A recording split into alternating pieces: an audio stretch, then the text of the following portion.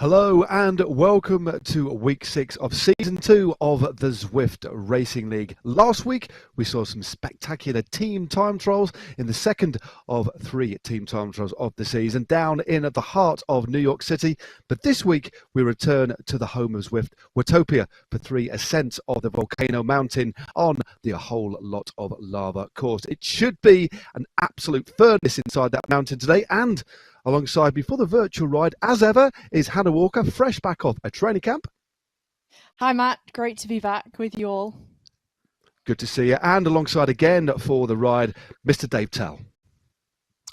Thanks, Matt. Great to be with you. Good stuff, guys. Well, I'll be talking to you both a little bit later on. Dave, you're going to be returning, of course, for the men's race. Hannah will be joining me for the women. But before we look at what's in store for our racers tonight, let's have a little look back at what occurred on the mighty Metropolitan course in the Big Apple. Tonight, in the heart of New York City, the mighty Metropolitan course.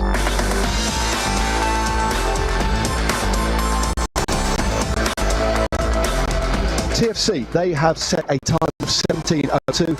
No pins R3R have now gone through with the fastest intermediate time. The Cryo RDT, they've actually overtaken Saris and the Pros Closet, and they set the fastest time so far, 16:24.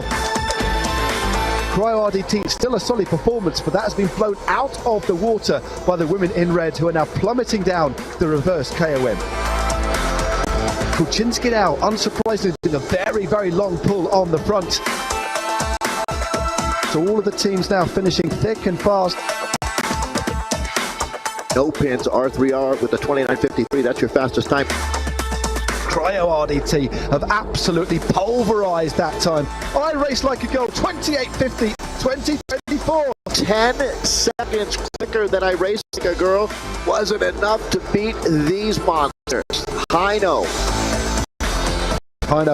make it 5 from 5. They are absolutely unstoppable. 2024, superb performance. I Race Like a Girl. They're in 33. The power, the might of Hino. Anything that the team cannot do.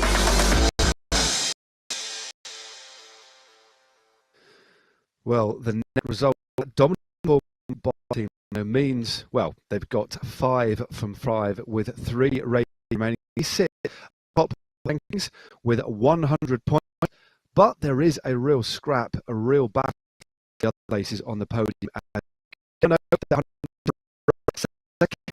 With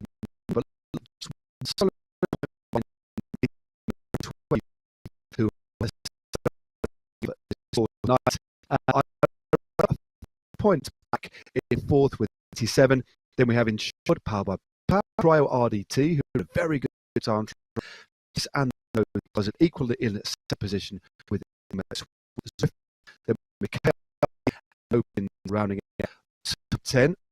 So a little bit Cole, but look at that team.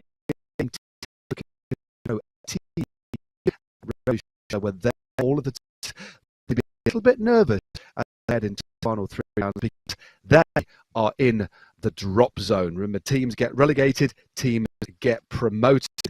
So have a little look at the course they'll be facing tonight, because it's a hot one, isn't it? It's hilly, it's hot.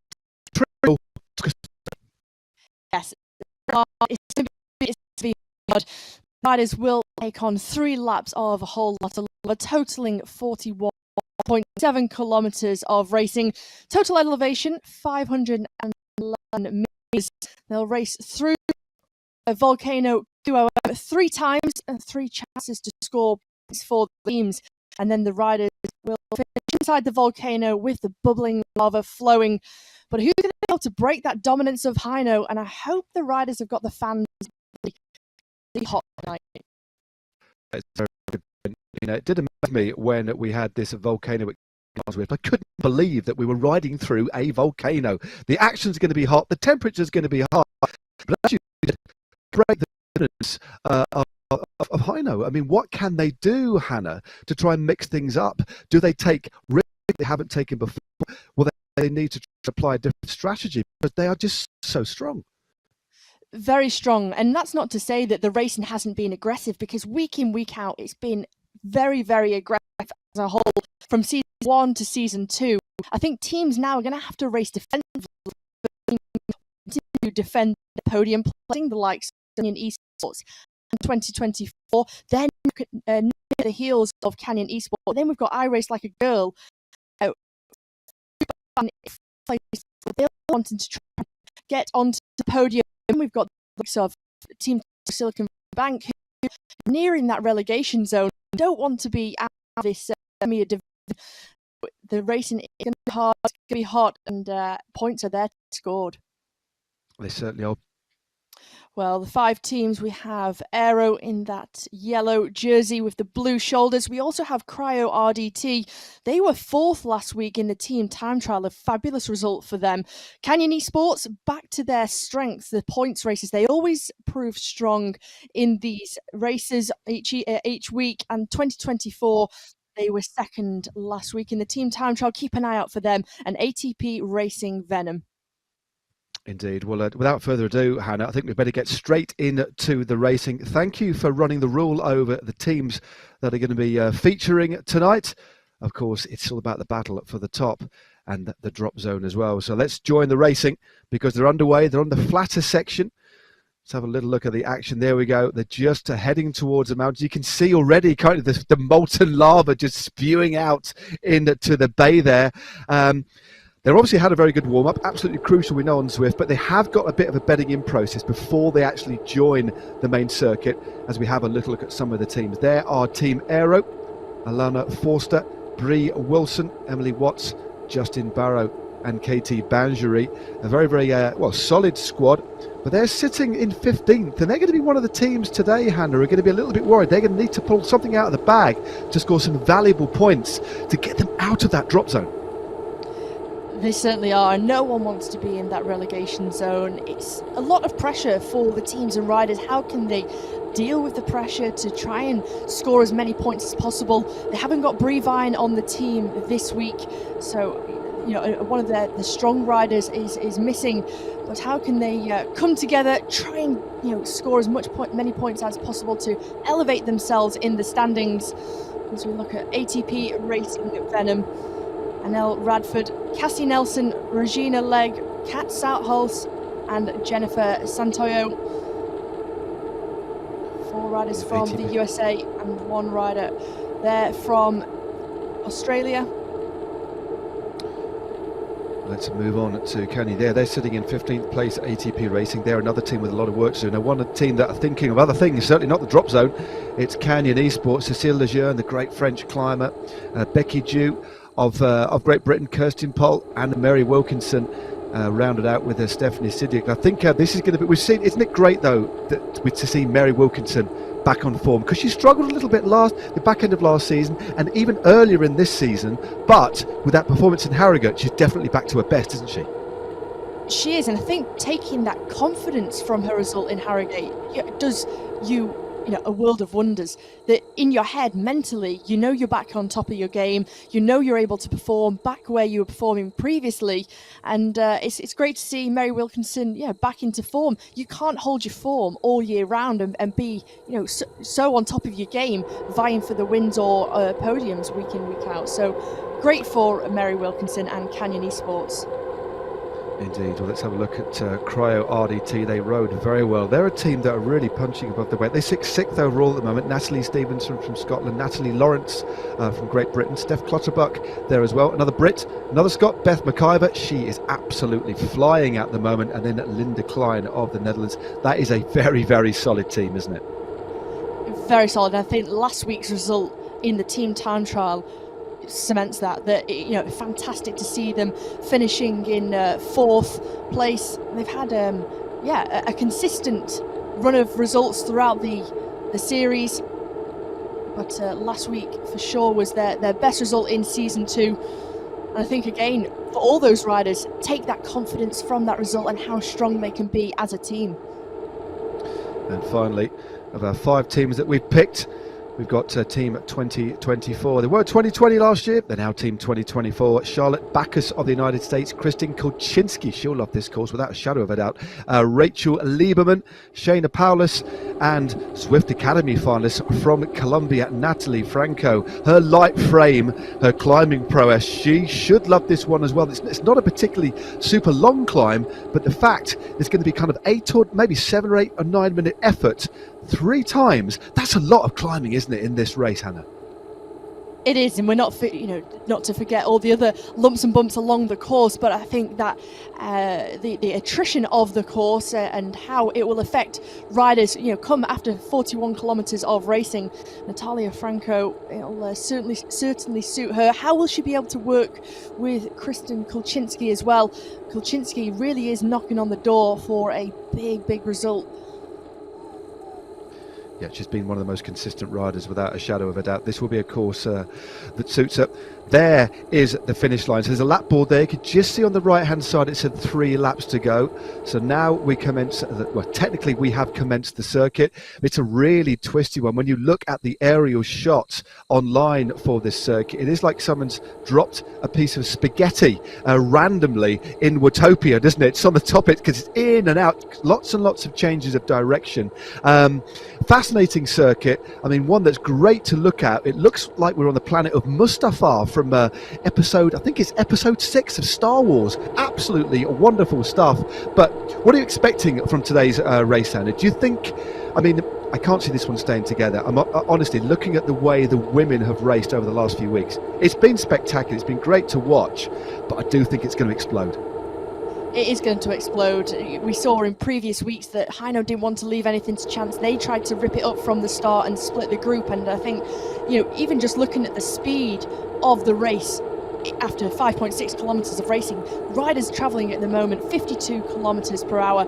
And I think when we get towards the top of the Queen of the Mountain and then also through the volcano, lots of chances if a rider does happen to slip away, they want to try and attack. You can kind of get out of sight, out of mind with those twists and turns, as you just alluded to, with the spaghetti dropping on the course in Watopia. That once a rider has a gap of maybe 4, 5, 6 seconds, and the rest of the peloton can't see them, it does lean itself and lend itself more to a breakaway rider. And maybe could a small group chip off the front? Yeah, it is. I mean, many of the courses, I mean, Richmond is a good one, is a good example. Also, Innsbruck. A couple of the courses have got very long straight sections on, and you can always see. And France is the same as well on the RGV course. But this is one of those few courses on Zwift where you can be out of sight, out of mind very quickly indeed. As we look at the figure of the Scot, Beth McIver, I do love that cryo kit. And there's her stats. Of course, she was I wouldn't say surprise winner, but she took a magnificent win in Harrogate just a few weeks ago, just outpacing Mary Wilkinson outside Betty's Tea Rooms. And we've got another stat on the right-hand side. This is really interesting. This is the draft saving. So basically, what that shows is the amount of, in pure watts, the kind of watts that the rider is saving by sitting within the wheels of the peloton or on a rider's wheel, basically. And that changes dependent on where they are in the bunch, as it would in real life. So that's going to be a really interesting stat to kind of look at, Hannah, because that just shows it's another measure of rider efficiency, really, isn't it? It is. I love looking at the rider efficiency, and now when we have this draft saving, to see those riders who aren't only strong but actually smart as well, knowing where in the peloton to position themselves, at what point on the course they need to be up towards the front, where they know they need to make those efforts. So brilliant to see all these stats. And also, let's not forget the little blue thumbs up on Beth McIver's graphic there. She's got plenty of ride-ons, and you can be giving ride-ons as well through the Zwift Companion app. Go and support your favourite riders. And there is a leaders table for that as well. Yep, there certainly is. We'll get that a little bit later on. Tanya Erath, I think, has won that a couple of weeks running. Of course, riding for Team Tipco Silicon Valley. She is riding here tonight. Tanya Erath, Maddie Ward and Leah Dixon. I think Leah Dixon could be one of the favourites in this race, but they're just starting the lower slopes of the climb here. And there already is a few riders, it says there's a few riders that are actually out of the back. It looks like it's still quite a big bunch, to be perfectly honest with you. It's still a good 50 riders, 50 or 60 riders in this group. Well, actually, there's 71 riders in this group at the moment, but a few are being tailed off. And it's an interesting climb, this one, isn't it, Hannah? Because it's, although it's got it down as around 4 kilometres long with an average gradient of 3.5%, that relatively low average percentage belies the real gradients towards the top of the climb, because there's a bit of a plateau and even 1 or 2 little descents within the climb itself as well, aren't there? There is, but then as you say, you have that micro rest in the middle of the climb, but then the kick up towards the top of the Queen of the Mountain really does bite the legs. And it really does sting. We've seen before in previous races when riders have wanted to go early on the Queen of the Mountain and just run out of gas as it ramps up, and it's very steep if you use your power up too early. Just timing those to perfection, so you can see 4% the gradient at the top of your screen, 5% at the moment, and quite deceiving actually, and deceptive when you look at it on the screen. It certainly is. It's ebbs and flows, and then the final part of the climb, actually the final, I did have a bit of a recon today, not just to make room for my dinner tonight following this broadcast, but to have a really good look at, I mean, I've ridden this climb on numerous occasions, but just as a little bit of a reminder, as you can just see the steam escaping from the rocks on the right hand side. Believe you me, Alice Lethbridge is going to have steam escaping very, very soon. Look at the power that she's having to put out to maintain her position at the front of this group. This group is already starting to thin out. We're only on the lower slopes of the climb. 1 or 2 riders really starting to struggle. And just look at the watts per kilo, Hannah, here. 5.2 watts a kilo, 5.6 from Coalcloth there. Again, a really furious pace. And look, Louise Huback already moving to the front. All of the main players you would expect are up at the front at the moment, and lots of riders really starting to struggle. And we've only just done just under 9 kilometres.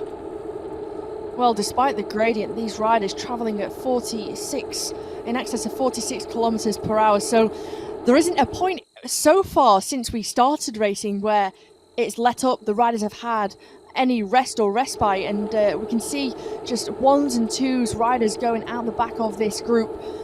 But there's no hanging about here, as we see the French rider Cécile Lejeune of Canyon Esports. She's a great rider, and very suited to the climbs. She's got a great power output as well, and just can manage and can maintain over 5 watts per kilo for 20 minutes. So it'll be very suited to today's route.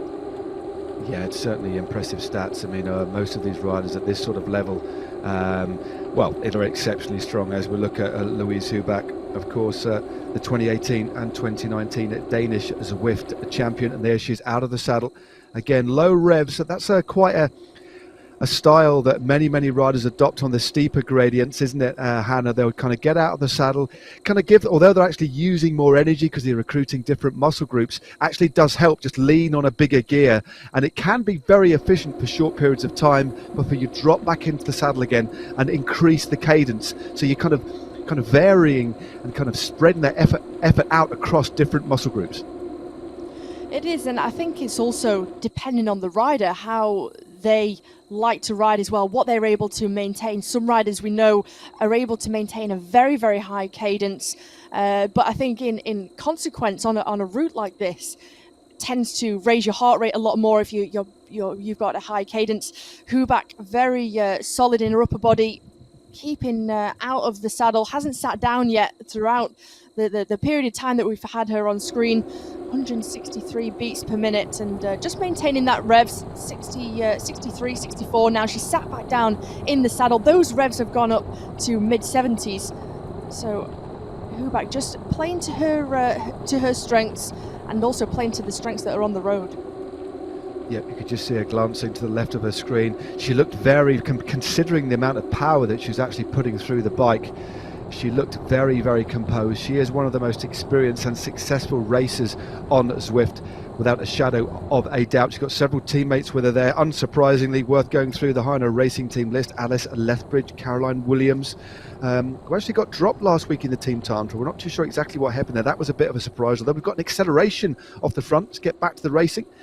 It looks like we've had somebody launching off the front. It's actually Rachel Lieberman who now has gone clear using a power-up, the aero power-up, which makes more aero for 50 seconds. In fact, it increases your drag coefficient, or decreases it, should I say, by 25%. So a good little attack here by Lieberman. It's good to see Team 2024 going on the offensive so early in the race. And look at the shape of the bunch here, Hannah. Just riders getting dropped with every meter that they're climbing. It's kind of, we've only got now around 35 riders in this group already. This Volcano circuit is already taking its toll. It is, and also the tactics coming into play. You just saw Catherine Curry there from I Race Like a Girl bringing Lieberman back, because it's I Race Like a Girl who are 2 points behind 2024 in the team standings. So they don't want to give any rider from 2024 an inch. Curry now just accelerating there to 9.3 watts per kilogram. She's opening up that gap to Eiley Gardner as we crest the top of the Queen of the Mountain. It looks like, yeah, Curie took the points there just in front. We'll get confirmation of the moment. That was a good look. I mean, look at the damage that big move has caused. But essentially go round now. It's a pretty flat. You can just see top right of your screen, no grading at all. So it's a flat little loop of around 400 meters. And then they actually go back down the climb they've just come up. There it is. Curie from Gardner, from Huback, Lethbridge and Lou Bates. 5, 4, 3, 2, 1. There are 3 opportunities. The first, of course, now is done and dusted to score points for your team, and they get added to the points across the finish line. But a lot of damage has been done here, and this is where the real experienced Zwift riders are going to keep on going. They won't rest up at the top here, will they, Han? They'll keep on pressing that advantage, and once they get on the descent, that's when it really starts to stretch out. Kolczynski not too far from the head of affairs here. You can just see riding through to the front now. Some really, really classy riders indeed. It looks like we've only got about 15 or 20 riders. They've really extended the lead as they all get into the super tuck on the descent. Well, as you crest the top of that Queen of the Mountain, it's kind of, you riders sometimes have a tendency that we're at the top now, it's flat, it's about to go downhill, so I can just take a micro resting. But that's the key point where you don't want to let off the gas, don't want to stop pushing the power on the pedals, because that's when you start to see those gaps opening up. But as you say, a group of around 10 to 15 riders just going clear. A few riders just trying to get back on terms. Further 4 seconds behind. Charlotte Colclough leading that chase with Lenny Ramsey. Yeah, lots of riders here. They're just going over. You can just hear the rattle. They're just going over the boardwalk here. That tarmac goes into Wooden Bridge, then back again. It is quite a shaky part of the course, but still a reasonable sized group. We have around, as you said, about 20 riders in this group now. You can see many jerseys there from Team Hino, some 2024 in there, unsurprisingly some Canyon Esports. Lethbridge is there as well, Stevenson, Keller, Wilkinson, Huback, Eiley Gardner. But it's kind of now or never for any groups just off the back here, Henry. They do have to get back in contact, because the quality of that group, once the gap goes beyond 5 or 6 seconds, it's going to be devilishly difficult to try and get back in contact as they head briefly back into the centre of the Volcano again. It is Lenny Ramsey, Charlotte Colclough and Christy Tracy, 3 riders who are 6 seconds adrift from the other 22 riders. And you can just see, you know, it's now or never for those riders. If they want to get back in contention in this group, we really need to work together well, because the group behind, led by Melanie King, their gap is ever increasing, now to 14 seconds. Yeah, it's going up all the time. Tracy Colclough as well from Visionary Racing, they're around 9 seconds now, so the gap is starting to go up. So this group's still working very, very well indeed. I think at this point as well, as we just look at the time gaps, there we go, the Huback group that we're looking at on the screen now, with Mary Wilkinson just sat at the back there, 12 seconds, and the gap is moving up. That's to the Guts group, then 20 seconds to the Decker group behind. Well, difficult times. We thought this race was split early on, and our predictions certainly have come true. But it's worth mentioning now, we should have mentioned it a little bit earlier on perhaps, because we've got a bit of a twist, haven't we, to the available tactics today. In the Zwift Racing League, every week in the points race, we've only had 3 power-ups. And for the first time, This week, the combination is as follows. We've got the aero power-up that all of you will be familiar with, makes you more aero for 15 seconds. Featherweight power-up, which drops your weight by 10%. And I'm a big fan of this one, Hannah. We've got back the invisibility power-up, the ghost power-up, which makes you invisible for 10 seconds. And we've seen that used on a couple of occasions before in the finale, but I wonder who will get that one, and I wonder how they'll use it. That's a fascinating little tweak, which I really like. The gamification side of it, for me, is a lot of fun and really makes the riders have to think. It is, and this power-up, the invisibility power-up, which lasts for 10 seconds, is event only. So these riders can't use this power-up in the normal Zwift world when they're just doing a training ride. So really have to be on it, let's say, as to when to use it in the race, whether they should keep it and hold it back up their sleeve. But it's certainly on this course with an invisibility power-up, it's just the gamification side of things. So fun. It's so far removed from the real world, being able to have that invisibility cloak and racing through a volcano. What's not to love? Yeah, definitely. What is not to love, apart from the pain coursing through your body at the moment? There's the efficiency rating, speed and watts per kilo. It is Ju who is actually the most efficient rider at the moment, and that will constantly change because it's a very, very insightful bit of data which gives us a look at the riders that understand how to ride tactically and on the wheel as best they can. And it might be that you get a rider that actually wins a race on Zwift with a relatively lower power to weight ratio than anybody else and a lower kind of normalized or average power output, and that just shows the riders that have ridden conservatively, shrewdly, and just used. Everybody's got a finite amount of power to use in a race like this, and I think we're looking at this race being around 55 minutes, even an hour long, maybe just under, should I say. So you really need to be careful, and especially at this level. So measuring your effort, as in real life, so important. But it's lovely to see this rotation of riders just backing things off, having a little look around while still maintaining a furious pace. 25k's to go now, Hannah. Yeah, I think, as you say, it's like in the real world where you wouldn't constantly be making efforts and chipping away at your energy reserves. You'd be, keeping something back, knowing that which point you want to attack or where you want to exert your effort. For these riders, you can't be on full gas, let's say, for 41 kilometers. It's about the tactic, where you use your effort. Well, this is the chasing group behind. You are quite right, Hannah. This is the chasing group with a Gushkit and a couple of power-ups being used. It is a sizable group. Tracy's there, Melanie King of Insured, Linda Klein of Cryo RDT is there as well. A couple of riders, Embring and Delin from the team at Swedish Zwifters. Well, that's the group behind that, should I say. This is a little cluster. They've really got to try and work here. It's such a difficult place to be because almost with every few meters the gap is going up, but it's kind of now or never. And we have seen riders and groups shut gaps like this in the past, but what it's going to take is a real backing off of the pace out in front, and I really just cannot see that happening right now with so much at stake on a course where the group in front are going to constantly want to wear each other out. Definitely, and also if they do come back to that front group, how much energy will this chasing group of Gushka, how much will they have spent, and then how much will they have left? Should they catch them on a climb?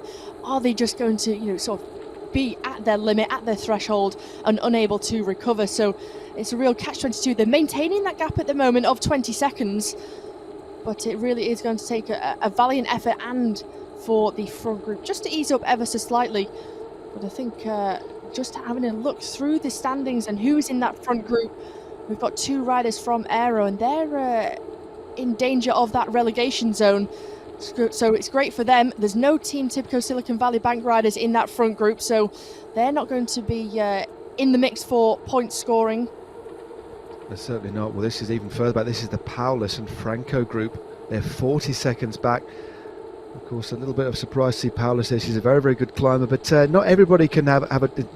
Sometimes you just don't have the legs, do you? Get caught unawares, and on a climb like this, I mean, the power that they were putting out on that climb, if you're not 100%, Hannah, like in any elite sport, I mean, on a climb like that, there's no real hiding place. Okay, on the flat sections, you can sit in the wheels.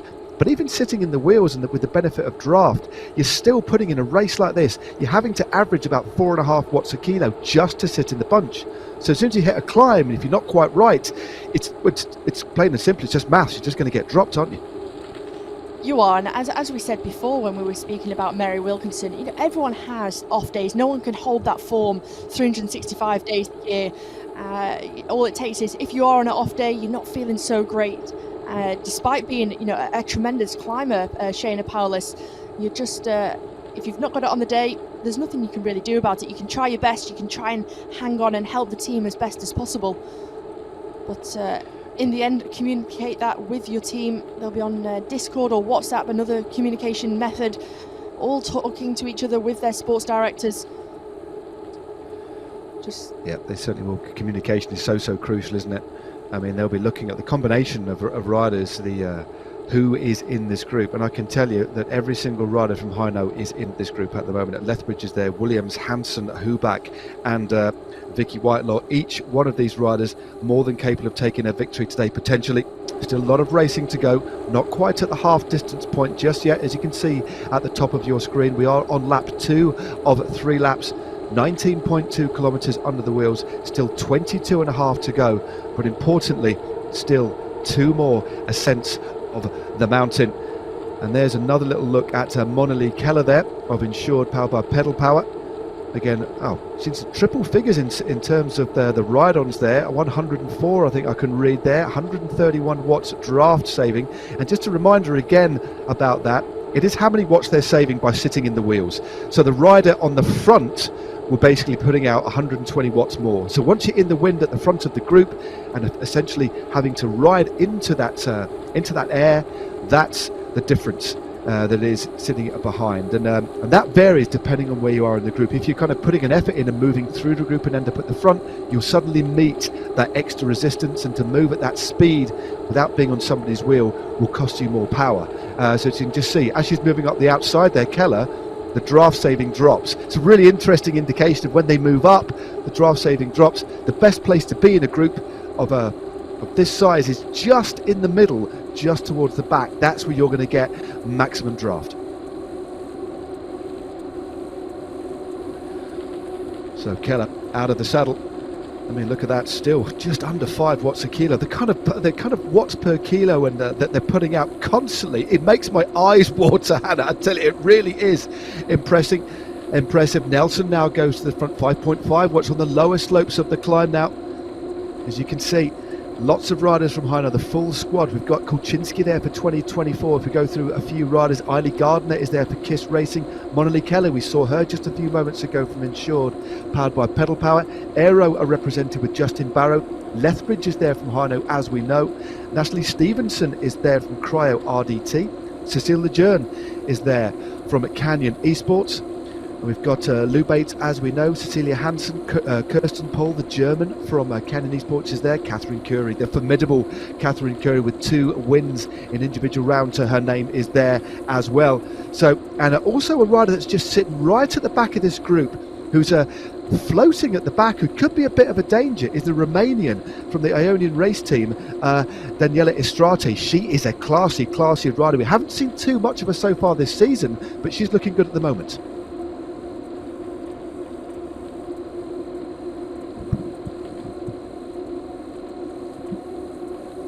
So Mary Wilkinson, the stats we're looking at the moment, hovering around 3.5 watts a kilo. But look at that, the heart rate there, 180 BPM. It's interesting, Hannah was talking about not everybody, not any rider, whatever their capabilities, can keep that form consistently throughout the season. But Mary Wilkinson is unique in the fact she's on a farm as well. She runs a farm as well. She's busy from very early in the morning till very late in the day, but does love getting out on the road and does love her Zwift.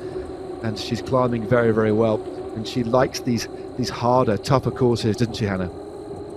She does. She really excels in these types of races, this type of terrain. And I think one of the most experienced Zwifters on the platform, and especially in this group, knows how to come back from, I guess, a disappointing few races she's had. She's back onto a high. She had that podium placing in Harrogate, and she's had results on this course before, so knows how to race it, at what moment she needs to open up and to try and vie for the win. But Mary Wilkinson, a very, very strong rider, a former runner as well, and a former Zwift Academy finalist too, so knows the game, knows the racing. Yeah, she certainly does. She's very, very experienced indeed. The harder the better, really, for Mary Wilkinson. Throw a few climbs in and a little bit of extra length and distance, and she is in her element. We're back on to the kind of the second part of the climb now, and it's Williams just starting to go to the front. Eilidh Gardner never too far away, just on the left-hand side. It's Gardner, the Brit, for the KRT, the KISS Racing team. Now setting things up at the front. You can just see the heart rate stats there, the average, and then your maximum. Several riders maximum well over, look at that, Eilidh Gardner 210 maximum, and we're seeing a bit of an acceleration now. Team Hino going on the offensive. Look at that, 3 red jerseys near the front trying to bring back Lethbridge, Hansen, Williams, Huback, 4 riders from Team Hino trying to rip this race apart at the moment. Still 19 kilometers to go, 1.5 cents of this mountain, and again the most dominant team in the ZRL for seasons 1 and 2. They are just trying to tear this race apart, and I have a feeling by the time we get to the top, Hannah, this group is going to reduce considerably from 22 to a lot less. It does, but at Lethbridge, as we were speaking before about the difference in riders between their revs per minute, Lethbridge here, as you can see in the picture, keeping a very high cadence in the saddle, taking on this Queen of the Mountain. In comparison to what we saw before with Huback, who was had a very, very low cadence. Lethbridge keeping up towards the front there for Hino. Few power-ups just being used in the wheels. Yeah, Lethbridge really pedaling nicely, just over 90 RPM. That's a kind of what's considered in cycling as a kind of the optimum kind of cadence. That, of course, differs from rider to rider, as Hannah alluded to earlier on. Some riders prefer a little bit of a higher cadence, others prefer a low one, and others will swap between the two. Sometimes it's just nice to get out of the saddle, give your back a little bit of a break, recruit the arms, and also give your backside a little bit of a rest as well. But when the road gets particularly steep, that's when most riders will resort to just getting out of the saddle and leaning on it a little bit, where there are still a few who prefer to remain seated and really spin that high cadence. But if you do spin too high a cadence, or you choose a slightly higher cadence, what that can tend to do, again, as Hannah said earlier, is elevate the heart rate. So it's a real balance of what kind of style you use on a climb like this, especially with the different pitches of gradient. But it's the last bit of this climb that's the most difficult, isn't it, Hannah? It's about kind of 5 or 6%, and then it just kicks up. You can see the road really, really rear up with about 200 meters to go to around 10%, and then there's no immediate rest, and that's where we saw those gaps open up on the previous lap. It is, I think, alluding back to the high cadence and the heart rate, I think it's also how quick a rider can recover as well. So some riders, despite having it, you can just look at Eilidh Gardner, 200 beats per minute right now. So you can just see the effort that Eilidh Gardner is putting out, 77 revs per minute, as we start to see some of these power-ups being dropped, featherweight power-ups, as the gradient reaches 9% just as we crest over the top. Lethbridge across the line first there, Curry in second, Huback for Hino in third. It looks like Bates in fourth, and Eilidh Gardner from KISS Racing Team in fifth. Indeed, confirmation of that. Lethbridge from Curie, from Huback, from Bates, from Eilidh Gardner. Good riding again by the Brit, and you can just look at that long run. They're just going round at the top. There's a little bit of a split in this group. There's about 6 riders, and then about another 10 or 12 trying to get back on. The net result of that is that Hino Racing Team, well, look at that again, out on the road today, 13 points. I Race Like a Girl, very solid in second with 9. The KRT, primarily courtesy of Eilidh Gardner, have 5, and then No Pins R3R E-Racing Team with 3 points, as Williams goes to the front, keeping that pressure on. You could just see that group behind, couldn't you? They're going up the bit that these riders are now going down. Just says on the road they're about 800, so 700 or 800 meters, but the gap will go out a little bit more now as we see the riders getting into that super tuck. As soon as they get to speeds of 58 kilometers an hour or more, they can get themselves a little bit of a micro rest. They can stop pedaling on their home trainer, and their avatar will drop into that super tuck. And on a course like this, with that kind of effort that they've just made, getting as much rest as you can just to recuperate a little bit, Hannah, really, really important, isn't it? Very important. If you just look at the heart rate from Eilidh Gardner of KISS Racing Team, reaching 200 beats per minute, this is where she will want to have that respite, take some recovery, just lower that heart rate as much as she can before the next efforts that will be made. And it's crucial to make the most of all the recovery. We see in real life bike races that those riders who are able to make the most of the recovery, who can surf the wheels, and you might be the strongest in the group, but if you're already on the limit and you're unable to get anything else out of your body, if your heart rate is already maxed out, you've got that build-up of the lactate in the legs, and you've used up all your energy resources. It's incredibly important to take that recovery, but also a point in the race to rehydrate yourself, take some fluids on board. Maybe you might want to take a gel. We've only got 16.3 kilometers of racing remaining. Yep, 16.2 Ks. That equates in old money to around 10 miles.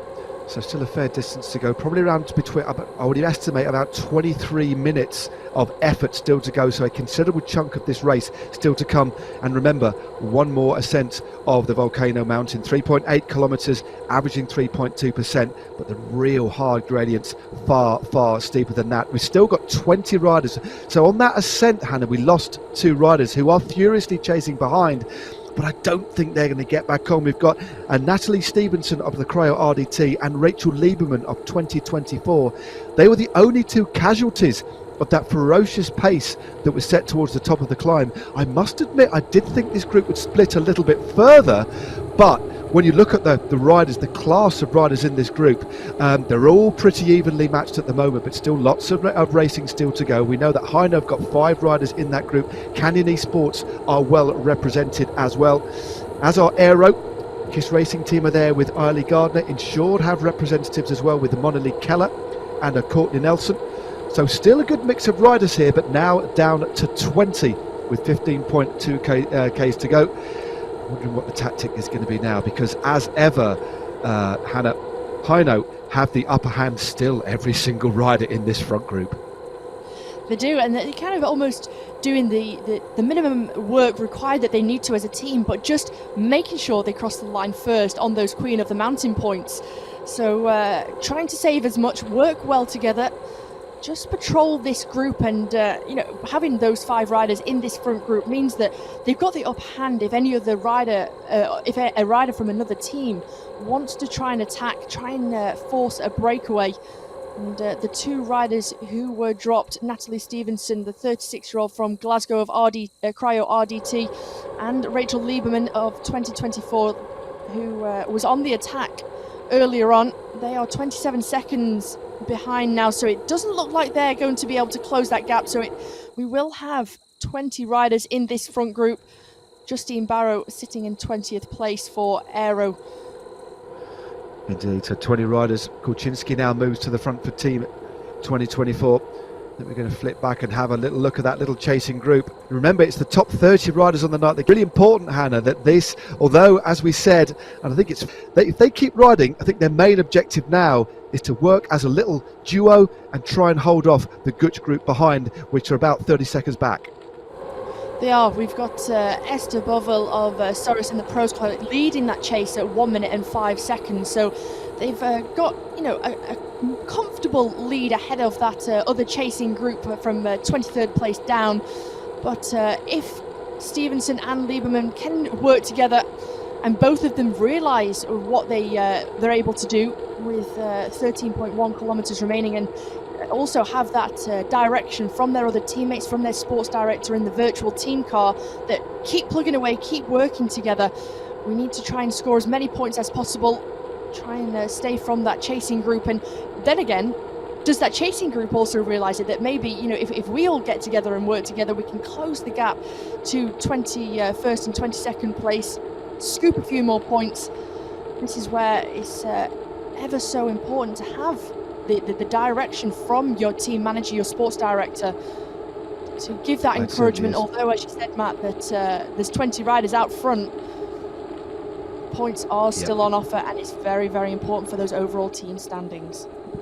Yep. So we are now up with the front group of 20 riders here.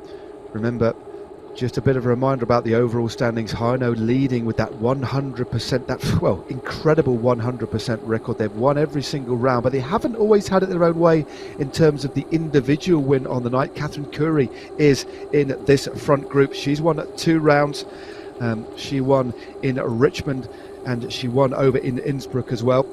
And also in this front group is Beth McIver as well. She was the individual winner of the round in Harrogate with that scintillating sprint to the lineup, that long drag in the centre of the spa town of Harrogate in Yorkshire. Of course, the course back in 2019 for the World Road Race Championships.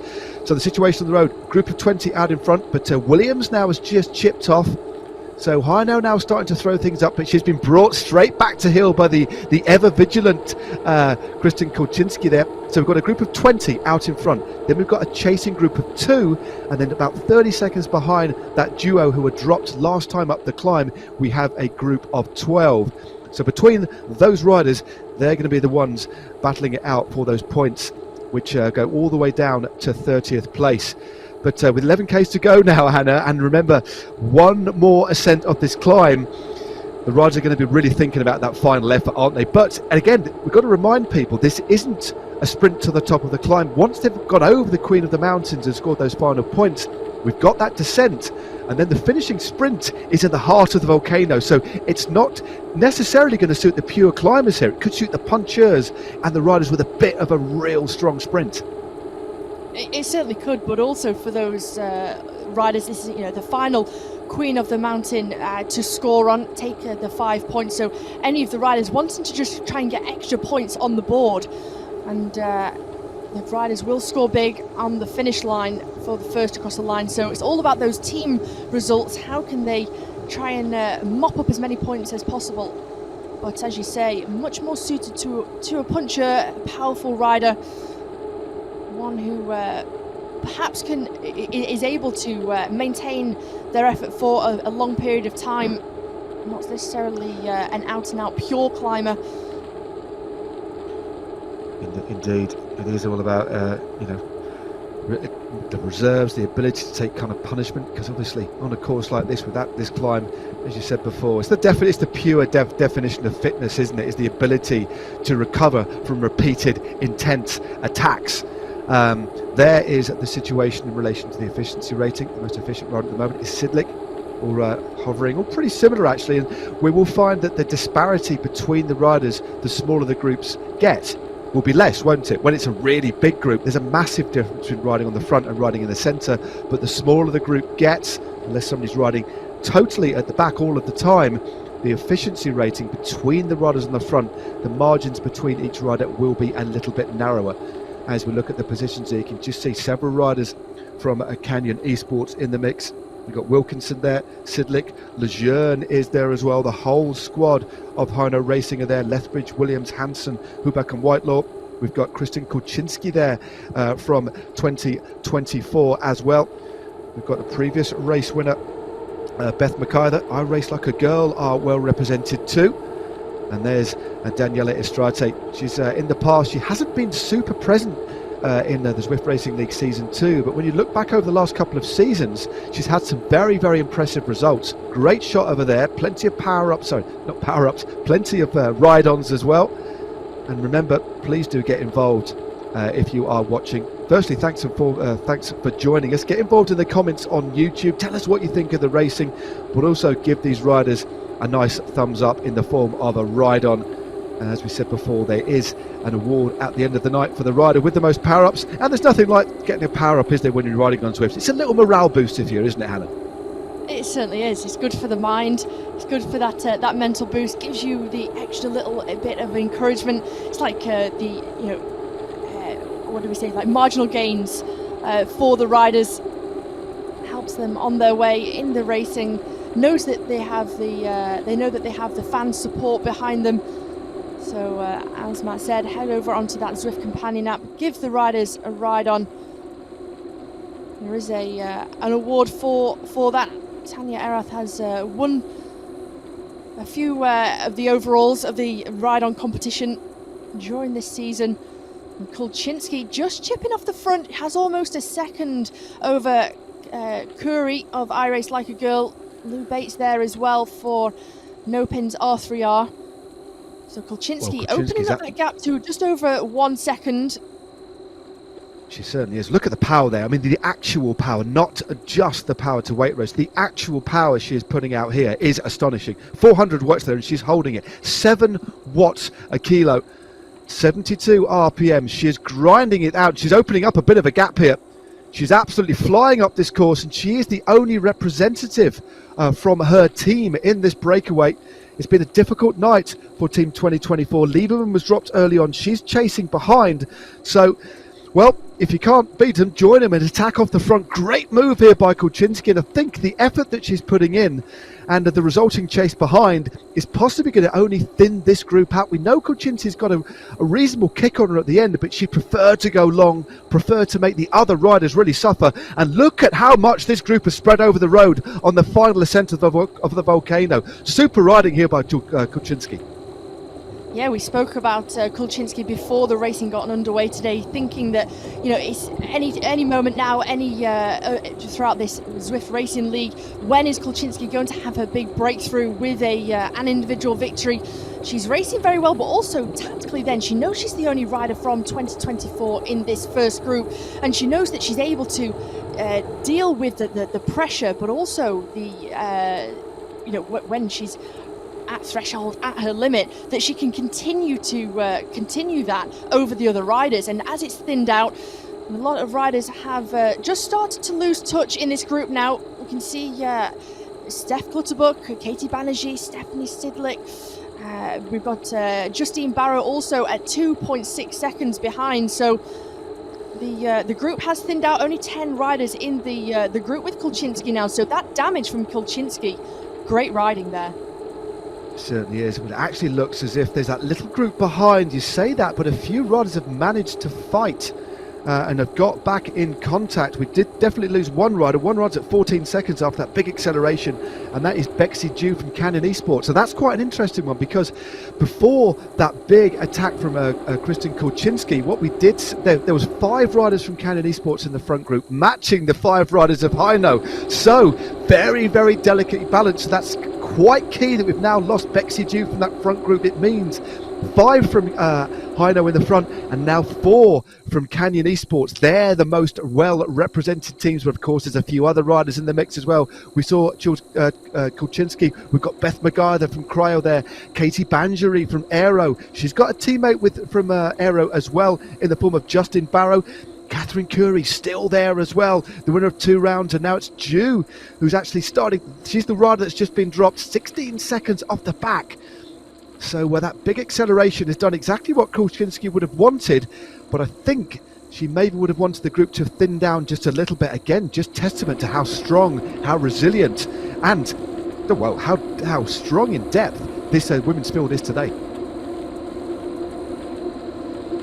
So coming up, the final ascent here, 7.1 k's to go, Hannah. We've got this little bit of a lip, it drops down, then we've got the final kick to the line. What's your prediction? What do you think is going to happen here? Well, Hino again have that upper hand, but Canyon Esports, with the other 4 riders in the group, Mary Wilkinson has been sitting very tight at the back, saving as much energy as possible. And I think a rider who, she climbs well, but she does pack a punch. We've seen her in bunch sprints in previous races over the years. I think keep an eye out for her, and if Kristen Kulczynski can recover from that tremendous effort she's just done. She's at the back of the field just now with number 14 on her jersey. She can pack a punch. She certainly can. Yeah, sorry, there's 2 riders from Insured, powered by Pedal Power as well in the mix there. Mentioned them a few times, but they've got 2 in the mix as well. That's Monali Keller and also Courtney Nelson. So they're well represented indeed. This is where the road starts to kick up again. This is where It's a ripe, fertile ground for a couple of attacks. Still 6.6Ks to go. They've got to get to the top of the climb, and then they go round again and drop back. But it's Huback who now starts to go. Curry tries to chase down. Lethbridge not too far away as well. But a big launch here. This is where we just swing around. We're still nowhere near the top of the climb just yet, but this is an astonishingly strong attack by Huback. 7.1 watts a kilo, and the Danish rider is starting to open up a little bit of a gap as the top of the climb just starts to come into view, Hannah. Well, for Huback, she's got this one under control. She's forcing Bates and Curry to chase, and that leaves Lethbridge and Hansen nice and tidy. If they can just get onto the wheel of the chasing two, they don't have to do any work. But Curry, just look at this. She's gone straight past Huback there, the rider from I Race Like a Girl, who's taken out 2 individual victories in this racing league. She has just over 1 second of a gap to Lou Bates from No Pins R3R. She crests the top of the Queen of the Mountain. She takes those 5 points, but it'd be interesting to see where the points are further down. Yeah, and she's that little attack, that little move there, Hannah, has split the group, hasn't it? Split it in half. Curry from Bates, Huback, Lethbridge and Nelson. So High now still very, very well represented. Ensured, powered by pedal power there. Of course, I Race Like a Girl, courtesy of that big acceleration by Catherine Curry. What is the damage behind? Well, it's 7 seconds to the next group with Eiley Gardner, Beth McIver, Mona Keller, Justin Barrow, Clutterbrook and Kolczynski, as well as Mary Wilkinson there. And it's stretching out to 8 seconds now. So we have, in this front group, we have 6 riders. There's the current situation with points on the road. No more points available out on the road. The Queen of the Mountains ×3 is now done and dusted. It's all about the battle to the finish. But Heino with 18, I Race Like a Girl with 14, then 7 for No Pins, 5 for Kiss, and 1 point by Ensured, powered by pedal power. 6 riders heading into the finish, but the gap is coming down now, Hannah. 6 seconds it is to the group just behind. They are not giving up. They're really going to try and power down this ascent. It's going to be an absolutely thrilling finale. 5 seconds now. That's holding steady. It is Mona Keller from Ensured, presented by Paddle Power, leading that chase. Mary Wilkinson in there for Canyon Esports. They've also got Kirsten Pohl. So they are currently sitting second overall in the team standings. They want to try and get back on terms with this leading group as quickly and efficiently as possible. 4.7 kilometers of racing remaining. Caroline Williams just trying to halt the group there from Heino Racing. They've got 3 riders in the front group in the figures of Lethbridge. We have also Huback and Hansen from Sweden. Yeah, it's a fascinating little group. Very, very strong group. I must admit, Hannah, I'm very, very surprised that Kolczynski didn't get in that group, and maybe she paid for that effort just earlier on. But also the fact that nobody from Canyon managed to infiltrate it as well. It just shows the sheer power. The timing was to perfection. Of course, I Race Like a Girl have only got 1 in the front group. This is the chase behind. You'd have thought that Canyon Esports with Sidlick, Wilkinson and Pohl would put everybody on the front to try and bring this back. They've got 4 in this move. The gap is coming down though, Hannah. We've only got 3.8 Ks to go. It's on a very fast section of this course, and it's now 3.8 seconds. They are trying to get back in contact with the front group, and in fact they can just see them coming around the bend here. They have them in their sights. What an absolutely thrilling race we have on our hands here. The gap coming down all of the time. Wonderful stuff here, Hannah. 3.5 kilometers to go. Well, perfect there for the chasing group on that straight section. It's always so motivational for the riders who are in a chase when they have the leaders in their sights. And now as they just continue to descend, they can see that front group. It looks like it's all going to come back together. But I think for the front group now, they've got to have their wits about them, not to be taken by surprise, and with a rider to try and go past them and just open up a slight gap. So it looks like it's all back together now. We have 13 riders in this front group. Well, there we so go. You can just see how quickly the tables can turn. Things can come back together. Oh, they certainly can. 2.9 Ks to go. That group, it was nearly 8 seconds at one point, Hannah, but they coordinated themselves. They put the bit between the teeth. But I think importantly it was because pretty much an entire squad. 4 riders from Canyon Esports have missed that split. I can't imagine what the conversation was like with their DS, trying to encourage them to get back on, but they have done that. And as you said, we now have, just double checking the numbers, we do now have 18 riders. So no, it's more than that. 19 riders in this front group now. So it's actually swelled. It's a pretty sizable group here.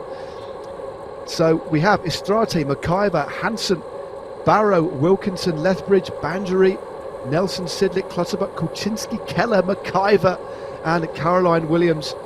And there we go. Lou Bates just in the centre of the group. Everybody in that little aero tuck, just trying to find that little bit of extra rest. This is where the road kicks up again before dropping down. Under 2 kilometres to go now. Will we potentially see one of the first real lead outs here? Because teams are here with numbers.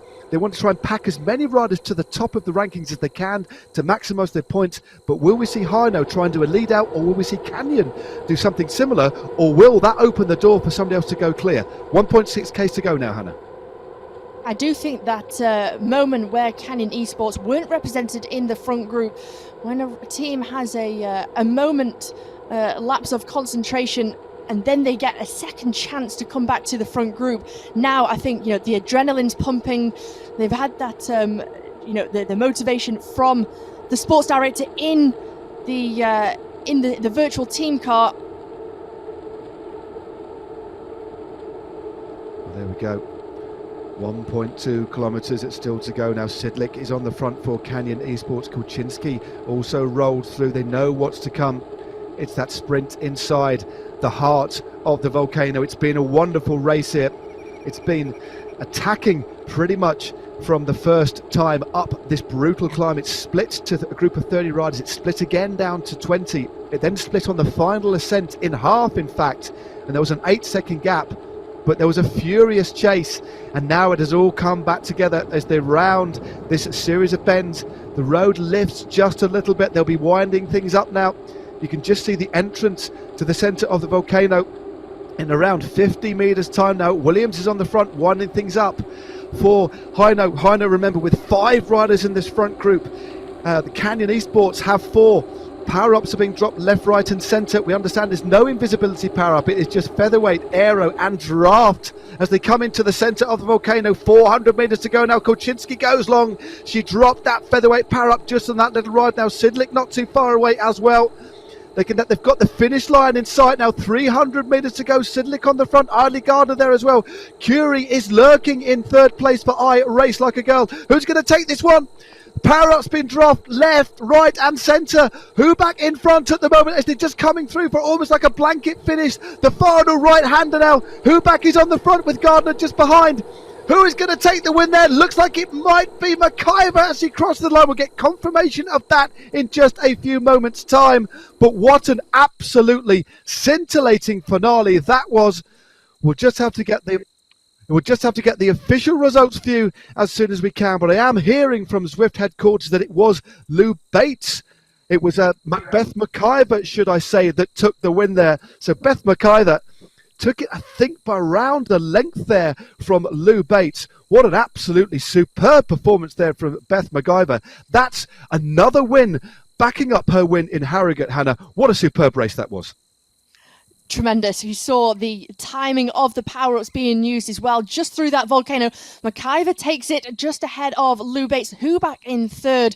Curry, another rider who's had been a double individual winner in this series there in 4th place. But for McIver, tremendous stuff for Cryo RDT. Well, thanks very much. Well, I get to the women's standings, the team standings at the end of the men's race, because the men are already underway. So thanks very much indeed, Hannah. We'll have another chat with you at the end of the show. Go and get yourself refreshed. Put your feet up for a minute. Enjoy the men's race, because I'm going to bring back into the fray Mr. Dave Tal. Dave, we're going to be joining the men's racing very, very shortly. But what a superb race that was from the women there. Scintillating stuff.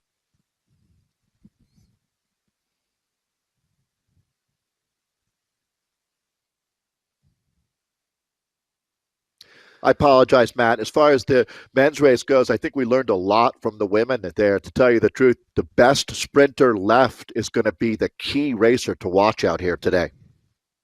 It certainly is. Well, I think we're going to join the racing pretty quickly because the men are already underway. A very attritional race there for the women, split all over the place. But I think the fascinating thing for me there, Dave, as well, was the fact that we had a split and it came back together. But let's have a little look back briefly at what happened last week in the men's team time trial. The riders are taking a chunk out of the Big Apple on the mighty Metropolitan course. This is an extremely lumpy course. This is Team Time Trial Extreme. Canyon Esports, they're the last team off today. Kirkmayer, 6 minutes and 42 seconds. That is very, very quick indeed. The restart team, good to see. They've still got 5 riders, and that is a really nice cluster. This team has been so incredibly consistent. 14:32 is draft. He started just 5.5 seconds back. Canyon Esports, and they're coming to the top of the climb here. They've topped the first part of the climb as Alex West takes that left-hand corner, and the road really does start to kick up. It looks like West, his job is done. He's led them in, and now he has pulled the pin. PO Auto Ceramic Speed at the top of the board, 27 seconds separating the top 10 teams so far. We've got a new fast time, Canyon Esports with a 14:06. Here's the first catch. They've actually caught Legion. Our first finishers are across the line.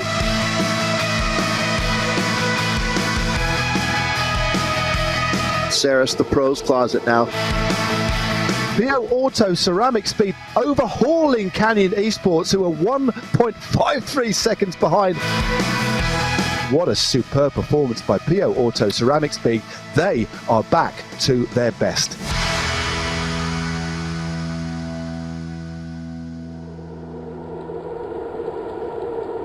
Well, there we go. We are straight into the racing. We'll have a little bit of a relax and a refresh. I'll talk you through the standings, but we didn't want to miss a moment of the action. They're just on the early stages of this race. Remember, total distance 41.7 Ks. They're a few minutes into their racing already, but they've got this little section where they just ease themselves on to the circuit, and they're going to be whizzing around this course at a very, very fast pace indeed. They've already done, Dave, look at that, just over 4 Ks in 5 minutes. That's a furiously fast pace that they've set straight from the gun, and we've yet to go up the climb yet. Yeah, as you were saying with Hannah, Matt, they're going to be spending well over 20 minutes on that climb. Maybe for the men, it'll be right at 20 minutes, to tell you the truth, but that's a lot of time to spend in the hurt locker, that's for sure. And these guys, they're not going to lay back at all out here today. I think that everybody watching that women's race, really the big takeaway for me was how hard it's going to be to drop riders out here today. The depth of this field as we're into the 6th race now. I would expect, Matt, to tell you the truth, the over-under on how many riders make it in that final group that goes to the line, it's going to be pretty close to 30, I would think, out here today after what we just saw. Although every race is a different canvas to work with for these wattage artists that we have out here. Again, for people just joining us for the men's race now, 41.7 kilometers of racing. A lot of it, though, out here on the whole lot of lava course on the Volcano KOM. Indeed, as you said, Dave, we're going to spend a lot of time on the climb. The climb itself, 3.8 kilometers, average 3.2%. But as we explained at the top of the show, and again within the women's race, that doesn't really reflect the true severity of the climb itself, because that incorporates this kind of section midway through and also a couple of little downhill dips as well. So the climb itself, it should take these riders, I think, around 7 minutes, depending on how they ride it. But I for certain, I cannot see them racing conservatively at all. They're going to want to try and shake this up, reduce the number of riders that we saw at the finish. In the women's race, just as a reminder, we saw 20 riders battling it out to the line. But just before we get into the meat and bones of the racing, Dave, just a reminder of the current standings overall as we head into this race number 6. It is Canyon Esports who lead the Zwift Racing League Season 2. They have 93 points. PO Auto Ceramic Speed, well, they're in second with 87. And then Saris and the Pros Closet are in third with 85.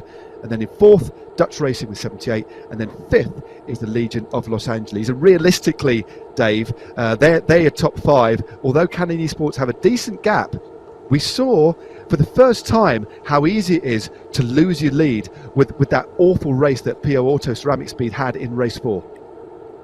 Yeah, it's pretty incredible, Matt, when you look look back at the run that they've had, where it's been pretty much, when you talk about PO Auto, they had a win, a win, a win, and then a 13th place before they came back and won again. So it's all or nothing when you talk about PO Auto ceramic speed. Now, they're going to make a real run at Canyon Sports here over the next couple of weeks. However, as you said, Matt, those 5 teams are going to be battling for the 3 podium spots, no doubt about it.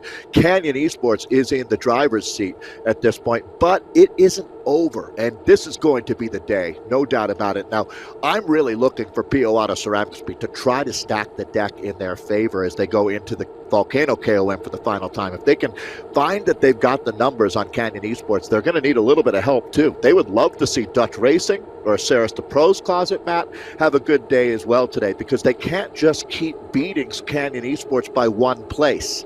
If Canyon Esports finishes second the rest of the way out through the series, this is season 2, we're in race 6 of 8, well, they can't be beat if they don't go outside of second place. So even PO Auto needs some help out here. So we got a lot to look forward out here today. This is going to be an incredibly dynamic day of racing. And as we look at this course, Matt, they are just now out onto the circuits. They've been out on the circuit for a couple of kilometers. There's a bit of a tail that they have before they're on what we call the whole lot of lava. Yep, you can just see the entrance there, that little kind of almost like a prehistoric broken archway. I love the kind of design elements of the course here. Let's have a look at some of the teams here. We'll take them in turns, Dave. I'll pick this one up first. Dutch Racing, Joost van der Bosch, Rick Ottomer, Mako Weitz, remember him, he won in Richmond earlier on. Etienne Van Empel, a former road pro as well, and Pin Van Diemen. They have ridden so well. They currently sit 4th overall and are always going to be a bit of a threat, without a shadow of a doubt, Dave. Yeah, Michael could very well become a repeat winner out here, as we just witnessed with Beth McIver as well. The Dutch Racing team is a squad. They're sitting 4th overall, as you just mentioned, Matt, but they're a team that has their eyes on a podium spot, and they should. They are certainly up to the battle, no doubt about it. I'm looking to see what team, no one team so far, Matt, has really extended themselves, but we're going to find out a lot about who came to race, who came to make a difference out here the first time up the Volcano KOM. This is a team that, it was interesting, you go back a couple of weeks ago, and they were pursuing PO Auto. Now, they're in Kings of the Hill, I would have to say, and always a team to watch with Canyon Esports. Here is Alex West, Gary Mueller, the very strong South African, and then a man who's on everybody's short list to win today, Lionel Viassen, the Belgian Duck, Ollie Jones, and Spencer Segerbruch, the one American on the team. But Lionel, short list is a good way to put it. I would have to say, seeing him outside of the top 3, for me, Matt, is an impossibility today. This course is tailor-made for his talents. Indeed, we'll move on next to Insured, powered by Pedal Power. Team that sits in a 10th position, certainly not out of it. They'd certainly like to have a top place, sitting mid-table. Neil Ostenfeld there from the United States, Patrick Wall there as well from the US, Simon Collard, the Belgian. And then, Simon Collard, I think he's actually German, should I say. I don't want to get that wrong, do I? Patrick Brady there from the US as well. And the team rounded out by Jake Simons. Look at all those smiling faces. I cannot see too many of those guys smiling as soon as they hit the steep slopes of this volcano climb, that is for sure. But Insured, powered by Pedal Power, lovely kit, and they are sitting mid-table today and definitely capable of a good result. And Dave, let me tee this one up for you. Callus E-Racing team, they have really performed. They sit equal 7th overall, but they've had that crucial individual win, which is really going to buoy their morale, isn't it? It certainly is. They're bolstered, without any doubt. That's the winner right there, Havard Gjeldnes, who was phenomenal a couple of weeks ago. This is a very dangerous team as we take a look at Morten Vang, Ole Christian Fagerli, Vidar Mel, and Martin Roste Omdahl. We're going to have to get a Rosetta Stone with Norwegian, certainly. But this team is always in the mix, that's for sure. And again, another one of the top nations as well, Sweden and Norway, always punch above their weight. This all-Norwegian team, Callus Esports, is a legacy squad as well. So they'll be dangerous out here today. And I'll throw it back to you for the German Kirchmeier team. Yeah, they're one of the teams that have ridden actually exception, where they've dropped a little bit further down the rankings, but they started very well with that superb individual team time trial on the RGV course. As you can see, Andre Reinlen, Ingo Reichhardt, Jakob Stenzel, Jak Steinman, and Johannes Recknauer. Now, Johannes Recknauer as an individual, I think has had definitely the best results on some of these hillier courses, but it's great to see a team like Kirkmare sitting inside the top 10, Dave, but coming up, crucially, coming up from the community divisions and really feeling at home and unafraid to race aggressively, and importantly, they're riding well as a team as well.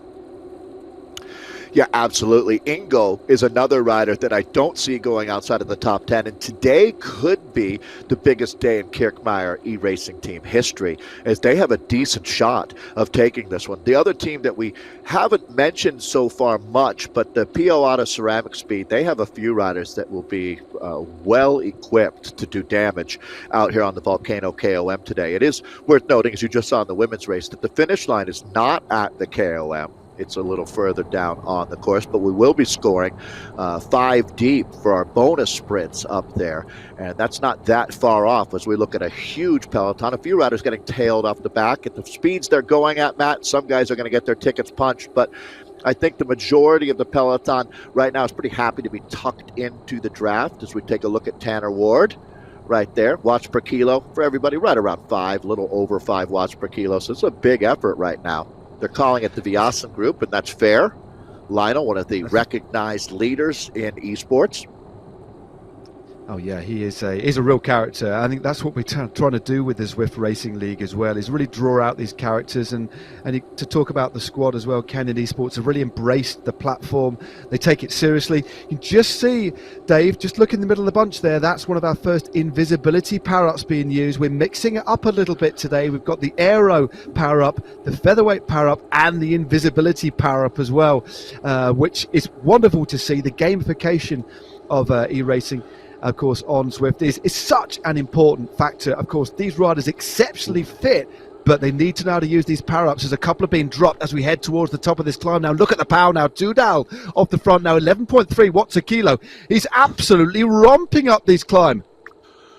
Yeah, this is a statement, no doubt about it, but look at this. That's going to be, I believe, Freddie Ovid going by like a rocket ship on rails. All right, they are throwing down the gauntlet here, so Legion of LA, they make a statement, picking up the first 5 points on offer out here, and then let's see what kind of damage is being done back through that group. Matt, this is going to be extensive. How much regrouping do we see? This might take it down to 30 riders here after that massive effort. It's going to be Lionel coming through, Lionel Viasen for 4 points. Emil, who lit the fuse, picks up 3. Ryan Larson for 2 points, and then Van Diemen there picking up the final point on offer. We'll do that 2 more times out here on the Volcano KOM. Indeed. Well, there you go, Legion of Los Angeles, because it's only the first intermediate sprint, or the king of the mountain we've had. They sit there with 5, Canyon Esports with 4, Pure Auto Ceramic Speed with 3, Saris in the Pros Closet with 2, Dutch Racing with a 1 point. That pretty much mirrors the situation at the top of the table as well. But I think one thing we need to mention a little bit that I wouldn't call them outliers by any stretch of the imagination. They're an exceptionally strong team. Saris in the Pros Closet only sit 2 points on the GC behind PO Auto Ceramic Speed, and when you look at the type of riders that they have amongst their number, this is the sort of course you imagine would suit them. Dan Fleeman, a great climber, Gavin Dempster, a super climber, and Mike Cumming as well, a very, very good climber from Great Britain, and also Ryan Larson, such a good all-rounder and can pack a punch at the end. So they could be looking at possibly moving up the rankings. It's certainly not all over at the top of the table at all. And as you can see there, Dave, this has started to split up very nicely now.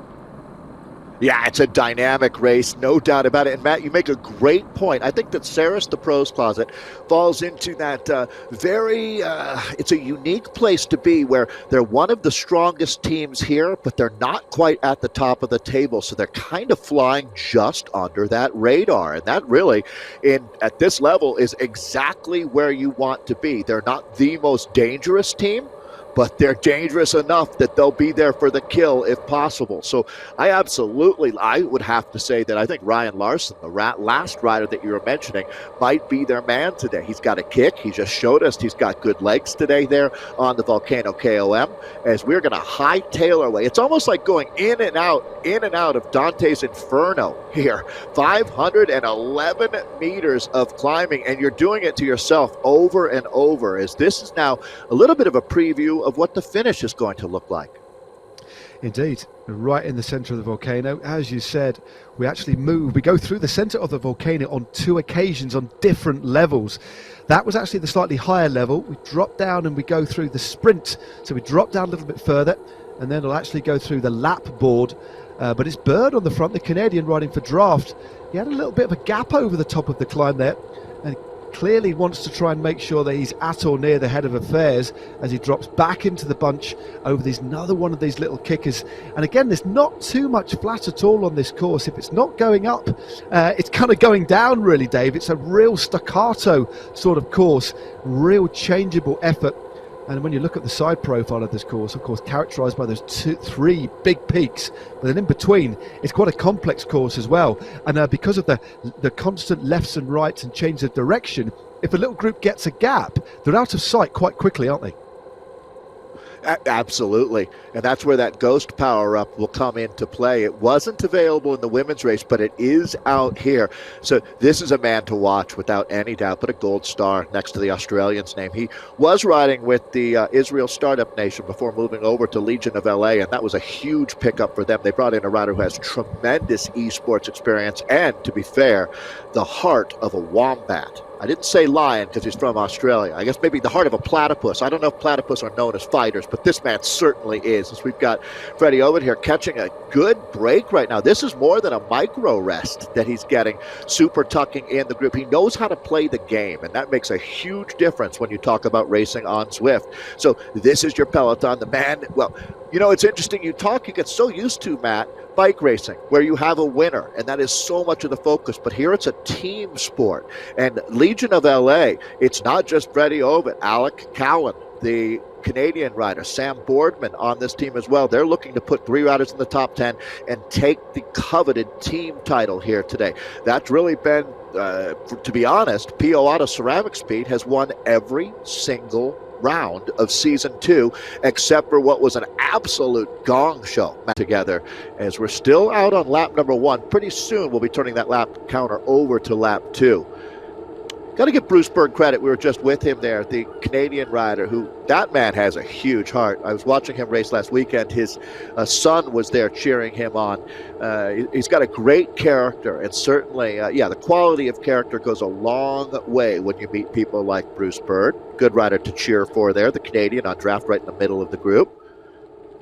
Yep, indeed. He's a good lad, and was happy to sort of nudge it off the front a little bit there. A few riders just using their power-ups here. And again, every time they go through the finish line or through the King of the Mountains arch, they will get another power-up. So riders using their power-ups here, as you can see, not to attack, just to give themselves a little bit of a rest. You can see we've got 3.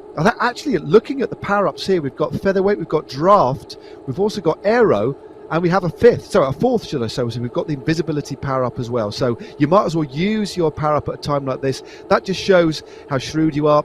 It gives you a little bit of a rest. And of course, if you use your draft, that gives you 50% more draft for 30 seconds. That's one of my favorite ones to aid recovery, Dave. So in the middle of the bunch, you can really back off just a little bit as well. But yeah, you might as well use your power-ups, because we're just going to go under the arch here, and they will see on the left-hand side there, that will say 2 laps to go. And they've got a new feature, a new little gizmo for us to look at on the right-hand side. We're always mining the data here on Zwift, aren't we, on the ZRL. That is the draft saving. So basically, Tyler Williams will be saving, well, whatever it is, fluctuating between 120, 130 watts compared to the rider on the front who is braking into the wind. So Tyler Williams currently at the moment, he's got a draft saving of 150 watts compared to the rider on the front. That, Dave, gives you a real insight into how important it is to rest and recuperate, and how much draft saving there is sat on the wheel or sat in the middle of the peloton. Yeah, Matt, that really speaks to that adage of helping everybody else finish what's on their plate before you start on yours. And Tyler Williams is doing that at a picnic level right now, is keeping the powder dry, as they say. He's going to be a key player for this team as well. Tyler Williams has been with Legion of LA for a couple of seasons now. He also, like his new teammate, Freddie Ovid, came over from the Israel Cycling Academy team when he raced for them. He lives up in Santa Rosa, California. There's another very talented young American that has done an exceptional job of pivoting and racing very well here on this esports platform. So I love that they're calling it the Viasen Group. That's more than fair. Lionel, who was a heartbreaker, to tell you the truth, if you're pulling for the Belgian, as he made it into the final two riders, really, along with Jay Vine, who ultimately, the young Australian who won the Zwift Academy this year. But Lionel certainly won a lot of fans along the way, as we take a look at Ed Veal, another Canadian here on the front here, tenderizing the group right now. Not that Veal wouldn't be tender enough, but he's tenderizing them, I would have to say. And this is going to stretch the group. So they're cracking the whip at the front, Matt. Feeling the pressure. They certainly are. They certainly are. That was another one of your classic little couplets there. Veal tenderizing. I mean, I couldn't make it up. I need to start writing these down. We need to have a little book of Dave Towlisms as we look at Yuki Takanaka just in the center of your screen. Another one of the teams that has really, really impressed this season so far. 4.4 watts a kilo there, just floating nice and easy in the center of the group. Again, the standout rider from that group, of course, was Aikida Takanara. He's a third in Innsbruck, and they actually sit in 6th place overall, so they're the best placed team that's come from the community divisions, and they really have impressed over the last few races. They've ridden a solid team time trials and some stellar individual performances as well in the points races. Yeah, man, I'd like to give them a shout out, to tell you the truth. Talk about punching above your weight. That's the Zwift Warrior Cycling that Matt is shouting out there. Hidenori Sasuchi is one of the top climbers on the team. Takato Ikeda is a rider to watch today, along with Yuki Tanaka. There is one Australian on the squad, Simon Ritchie, and then Kanji Abeka is the squad that we're talking about. Let's see what they can do today, because they've been sitting well up inside the top 10, hovering in that 5th, 6th, 7th spot. So good job by them. Huge group together. I would have to think that this trip up the Volcano KOM is going to split this group a little bit, Matt. But then again, I think that's something we've learned this season, the depth of the field at this level. It's incredibly high. Yeah, I think as more and more teams are racing within the Zwift Racing League, down in the community division, more and more people are seeing these races. It's kind of aspirational stuff, isn't it? And it really is incredible. And if you're riding on Zwift, you're not part of a team, you can relatively easily find a team to ride with. Just get a group of mates together, form your own little team, register yourselves on Zwift Power and on the Zwift, the Community Racing League, if I can finally get my words out. It really is something special. There are quite literally thousands of teams riding in this league, and I think that's why we're seeing the standard get so high, because the net has been cast, Dave, so wide, and people are so eager. The Zwift community is getting bigger and bigger all the time, and therefore we see that reflected in the standard of the ZRL each time through. So yeah, I do think we'll see this group shaken up, but I don't think it will fragment the same as it was maybe a couple of years ago in some of the Zwift Classics, because there's a real strength in depth in the field here as we take a look at Jaden Ajega. Well put, Matt. The differential in talent is so small now. And that is, again, out of Wisconsin here in the United States, Jaden Yeager, a Masters national champion who has a massive capacity for pain as well. So watch out for the American here. I see that Jack Barty of the Turbo team is moving up. Chris Smart, also from No Pins, is having a solid ride here today. These guys are really going to start pushing again here on the climb. But right now, everything looks pretty copacetic. If you're the Canyon team, they've got everybody riding up in this group, so everything fine for them. They have to be keeping an eye. There you go. I knew the PO Auto team, PO Auto Ceramic Speed. They're the team in the light green kit here. I get the feeling they can feel that pressure. The clock is ticking now, Matt, as we've got really 3 opportunities left to gain back the points. They need a little bit of help out here. They love seeing that yellow and green of Ceres the Pros Closet and Ryan Larson up near the front. That team just might come out of the woodwork and do some serious damage here today, talking about Ceres the Pros Closet. This might be their day, to tell you the truth, Matt. They've been waiting for it here in Season 2. They certainly have, and they've won some big races in the past outside of the Zwift Racing League, some of the Zwift Classics, especially the likes of Dan Fleeman. I've mentioned it before, former British hill climb champion, former pro on the international scene as well, rode for Cervelo test team, so a real classy rider, and of course one of the official coaches for the Zwift Academy as well, so he knows this platform inside out, and like many of the road riders here, has really adapted to the nuanced nature of riding on Zwift. But as you said, they definitely, I think, looking at the course, looking at their position of fourth, they've definitely got a lot to gain so far, and they definitely have the riders to do it. As we look at Matteo Gigliata out of the saddle as they wind through the centre of the volcano, and they will emerge back into the daylight very, very shortly and start to commence the climb. They're just on the halfway point here, Dave. 21.7 under the wheels, 20 Ks to go to the checkered flag. Matteo looks like he's channeling his inner Fausto Coppi, right? With the white t-shirt and the all-black shorts. He's throwing back straight to 1938 right now, except for with the most modern of technology. I'm a big fan of Matteo and what this man is all about. He's a wattage monster. There's no doubt about it. That is Matteo that we're looking at there. He actually lives in Ireland, carries an Italian passport, and is looking to represent Italy at the Esports World Championships next year, and I'm certainly pulling for him. He's going to start moving up. That group has reduced by a bit here, Matt, this is the part, again, it really does remind me of Dante's Inferno, except we're going the opposite direction. We're climbing out of it right now. Again, 5, 4, 3, 2, and 1 are the points that'll be available here. We've already scored one time.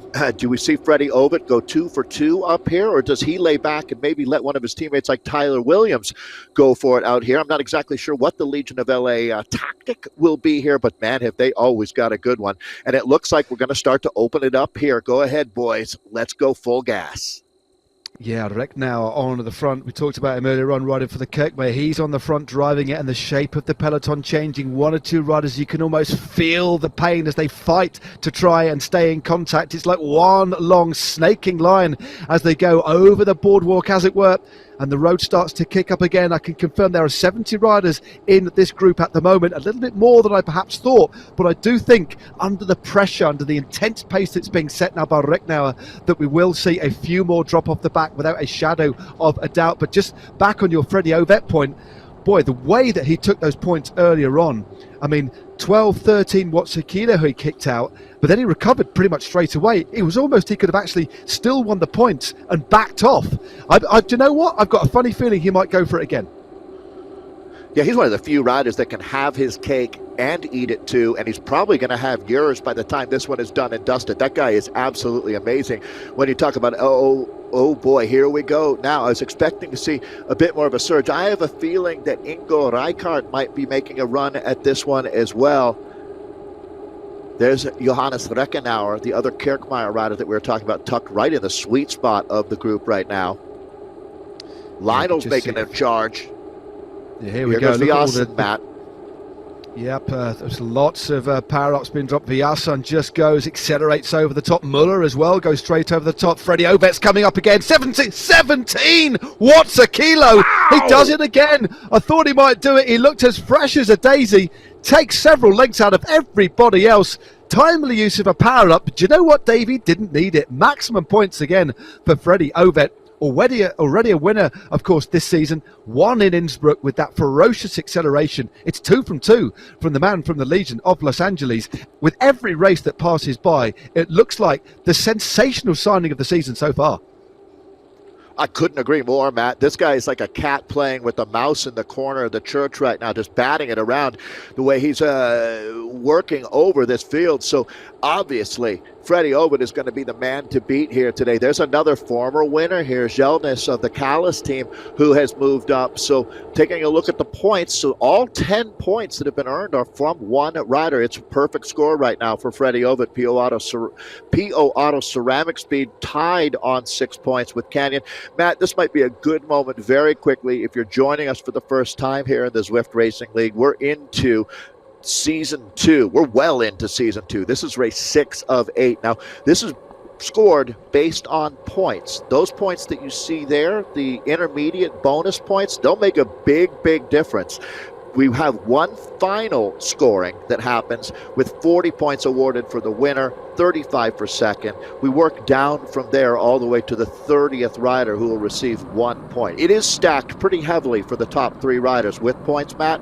That makes a big difference. But the points that Freddie Ovitt is earning here, well, that's already like they've ridden their way to a 18th place out here today, and the race hasn't even finished yet. Yeah, as you said, Dave, that's exactly right. Although this is, first across the line, there is an individual winner. That's not really the name of the game. Although, of course, there's a lot of prestige, a lot of kudos to winning an individual round. But it is a points race. It is the accumulation of points. As Dave quite eloquently put it, it's the top 30 riders across the line score points for their team. So basically the name of the game, to put it simply, is to get as many riders from your 5-rider lineup. You can field a minimum of 3 and a maximum of 5. The most riders you get at the front of the race means you're going to score, well, the most points. And as you said, there's the other points available on the road as well, which are totted up and added to the score. So Freddie Ovitt is really lifting the chances of Legion of Los Angeles placing very, very highly today. And they've got a real eye on that podium spot, I can tell you, because they really have changed the dynamics of the team. That big signing. And interestingly as well, Dave, the other riders have been able to rest. It's all about Ovitt. I'm wondering if he's got enough for the finish, or they're holding something back for the final with the other riders in the squad that you name-checked earlier on. I'm going to go with the latter, Matt, but I'm absolutely picking up what you're putting down. I think it's going to be incredibly hard today to beat PO Auto Ceramic Speed, to tell you the truth. This team is locked and loaded, especially with the way that Emil has been riding. They've already got, with the talent that they have on this team, the problem for them is winning isn't enough. They are going to need Canyon. Canyon is not going to have bad luck out here today. They need a couple other teams to step up and have the best ride that they've had so far in the ZRL. And that's really a tough one, Matt. I'm sure in your professional career you've been there where it wasn't your team alone that was going to be able to do it. You're going to need some help from some other squads. Now, it's always going to be in their best interest as well. And that's sort of where you need to, as a broker in professional cycling, help everybody else understand what's in their best interest. Make it look like a win-win for them as well. Sometimes that might, as you mentioned Star Wars earlier, some Jedi mind tricks might come into play. Definitely. It's, again, one of those many unwritten rules of cycling. And I think Zwift are making a lot of unwritten rules as well, because there's so much tactic. There's so many tactics at play here. Teams will be communicating with each other via Discord. They'll have a direct support, either manager or another member of the team that's not racing tonight, making sure these riders are G'd up, that they're fully aware of the riders, the composition of the front group, which is now down to about, just having a look at the size of this group out in front, Dave, we've got 58 riders now in this group. There's a group chasing behind a forward of 17 seconds, but given the pace they're moving at, given the fact we've got one more ascent of the climb, 14.2 k's to go, I don't think that group with 18 seconds aren't going to get back in contact. So the group is whittling down a little bit further, and quite possibly we might see it whittle down a bit more next time up. So we could see a group, again, I'm just guesstimating now, of around 40 come to the finish. But hey, it could be the curse of the commentator. We could see somebody attack and go solo, and that's what I love. We just do not know what's going to happen. But one man that could be in the mix, in his toilet again, we see him week in, week out in his lavatory. That's where he likes to have his Zwift set up, is Gavin Denster of Saris and the Pros Closet. Doesn't he make it look easy there? Focused like a laser right now is the Scottish rider Dempster, winner of Tour of the Gila earlier in the year. Another rider who'll be very well suited. It's going to be reliant upon Gavin and a couple other teammates that he has if they're going to have a breakthrough ride out here today, but he's tucked nicely into the group. Yeah, Matt, my estimate was 30 riders making it to the line, and that is still possible because this next trip up the Volcano KOM is going to be absolutely brutal. And it's not going to be just about the bonus points. It's really going to be racing to the finish through that bonus sprint there. So we're going to move into the finale very, very quickly here, as this last time up the climb, again, it's going to be bananas going next level here. PO Auto moving to the front. Got to give Spencer credit as well. Spencer Segerbrook is having a great ride for Canyon Esports today, as they're looking to defend their overall season lead. They're doing a tremendous job up to this point, but as they say, Matt, it was going great until it wasn't, and that can happen at any moment out here in the Zwift Racing League. It certainly was. It's all about, if you want to maintain a high place on the GC in the league, it's all about consistency. It's all about teamwork and consistency. And Canyon Esports, they've got 93 points, as we've mentioned a few times now. PO Auto with 87. So there's the difference. But it's because they've been so consistent. The first three races, third. Fourth race, they won it. Second race, they were second. They've not been out of the top three every single week. That's why they're at the top. As you said, PO Auto Ceramic Speed, completely dominant until that humdinger. Well, not the humdinger, an awful, catastrophic race 4 by their own standards. And that is the situation we have at the top of the table as we hit the line once more. 1 lap to go now. And a few power-ups been dropped, and then a few new ones obtained as they go through that finish banner.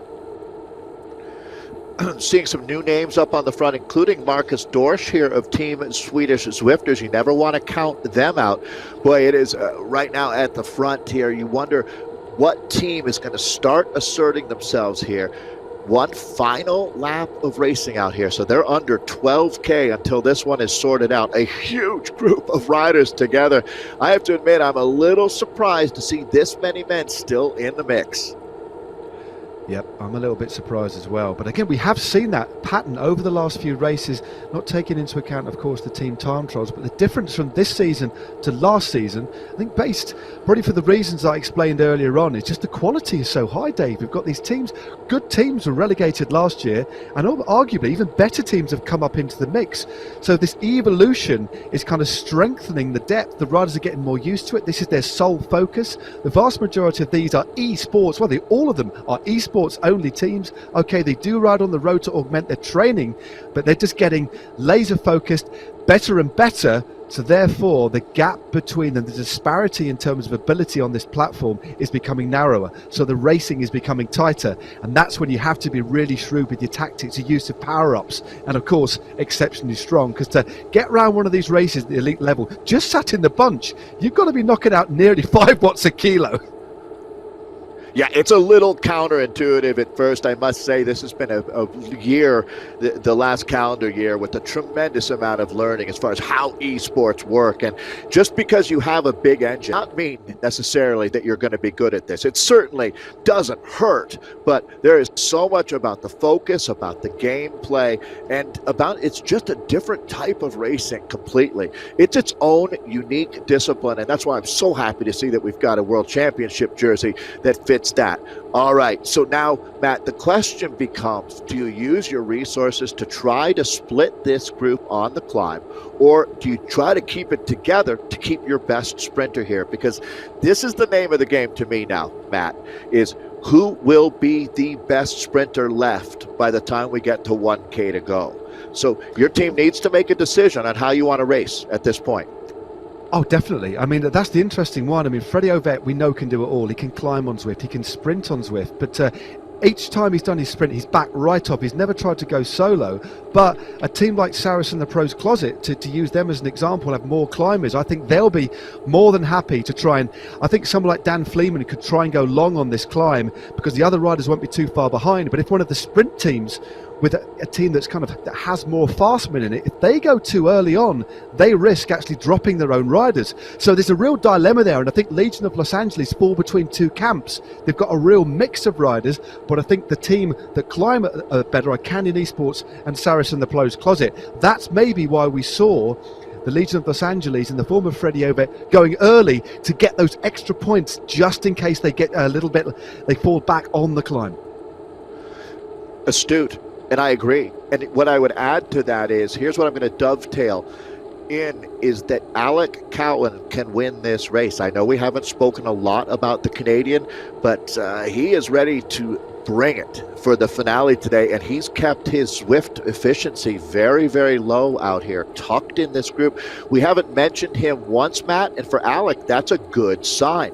How many times have we mentioned that in road racing, right? The sprinters, you don't see them, you don't hear about them, and that's because they're keeping their nose out of the wind. Well, that's exactly what Cowan is doing. I realize that's an outlier prediction, but I like his chances on a day like today.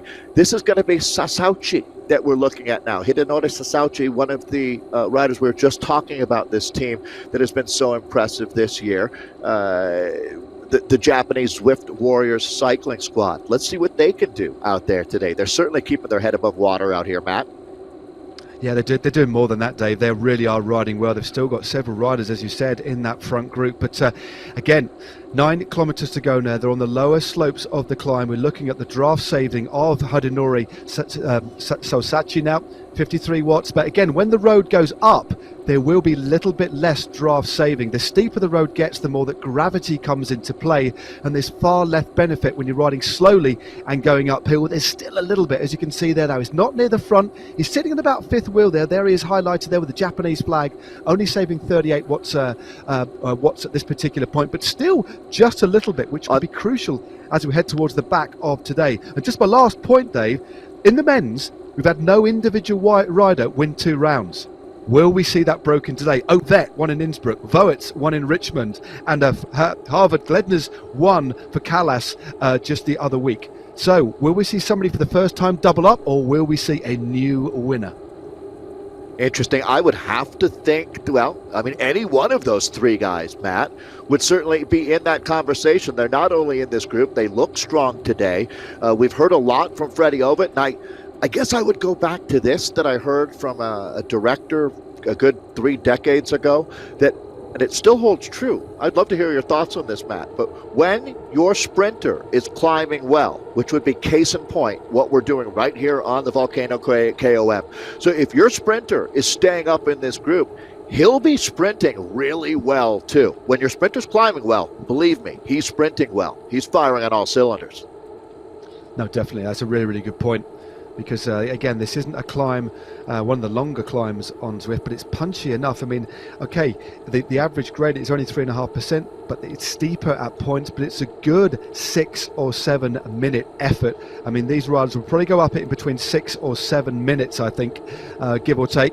We'll have a look and mine down back through the data once this race is done and dusted with it. We're looking at a Lionel Vujasan at the moment. As you said, that's one of your favourites, Dave, for today. Unsurprisingly, the man's hardly out of the top 5 in every single race he does. Great shot of him in his cave there, knocking out 6 watts a kilo. Just sat in the wheels. 133 ride-ons there as well. Remember, if you've got your Zwift Companion app, make sure you give your favourite riders and anybody else that you want to give a bit of a boost to, get on the app, give them a ride on, give them an extra bit boost of morale. We're heading in towards the pointy end of this race now, Dave. Looks like he's running a Canyon Bicycle Distribution Center out of his garage as like well. So if you order one, he'll get it shipped right to you. Lionel will ride it over to your house if you live in Belgium. So his duck is named Gilbert, I learned the other day. So Lionel, again, one of the great characters in racing, and certainly a guy that I would expect he does another top 3. Does he find the gold medal today? Well, this is probably the best shot that he's got. Actually, next week, we're going to be heading over to Libby Hill for the after party and then wrapping things up week 8 at Greatest London Flat with a team time trial. But here we go. They're putting the accelerator down on the floorboard, and I think they're going to duct tape it there. This is Jordan Shane out of British Columbia on the finesse team. So it looks like Jordan's going to try to make his mark. Freddie Owen is coming again. Freddie Owen is absolutely relentless. All right, Matt, here we go. It is on. This is great. A couple of little splits there. Ovet didn't go to the front there. He's just making sure he was tracking those little moves. Good driving effort there by Jordan Shane, who continues and happy to go on the front. I think it's one of the riders from Kirkmare now moving to the front. Looks like it's Recknau now on the front. It is. Segerbrook of Canyon Esports is there. The young American still kicking out just under 6 watts a kilo. This climb, as we said, comes in 2 distinct sections. We're just going underneath this other broken arch. The views of the mountains off to the right hand side, where they won't be looking at the mountains, they'll be looking at the beads of sweat rolling down their face at the moment, because the climb, you can't actually see the top until you just get right to the top. 6.6 Ks to go. Some big numbers being dropped. The group thinning out, but no big fractures here. But it's the top end of this climb, Dave, that's the hardest, because the last 170 meters kicks up to around 10%, and we'll see that very shortly. What's amazing me right now, Matt, is look how the guys like Alex Tenselhoff, they're hanging on the back. This is grippy racing out there right now.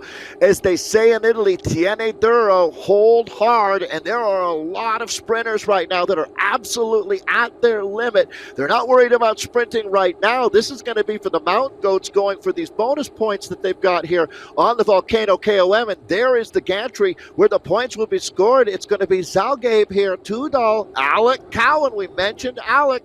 Here we go. It's going to be Freddie Ovitt making it 3 for 3. This man is throwing body blow after body blow after body blow at the field here as he owns. They're calling this now the Ovitt KOM after what Freddie has done out here today. Well, I think he might get his name carved on that gantry. I think you're right there. Absolutely dominant. Just waited and waited. And that was his biggest numbers as well. 15.6 watts a kilo as he goes over the top. But look at this. He knows exactly how to ride. Backs off straight away. Makes sure he's given himself as much time as he can to recover. He's not worried about things behind. He knows he's in a good place. That's the situation at the top, out on the road. No more KOMs to go. It's all the plummet down through the centre of the mountain to the finish. Legion have 16 points. A great tally for them to take into the final. Canyon Esports with 10, PO Auto Ceramic Speed with 8, Callas with 4, and the Zwift Warriors performing very well again with 4 points. Yul Davis now riding on the front, the Welshman for the Bolt Racing team. Let's have a look at the damage that has been caused. How many riders, Dave, are in this group? We've still got around 30 or 40 guys here. It's stretched out because of the length of the group, but we still have a quite astonishing 58 riders in this front group, Dave.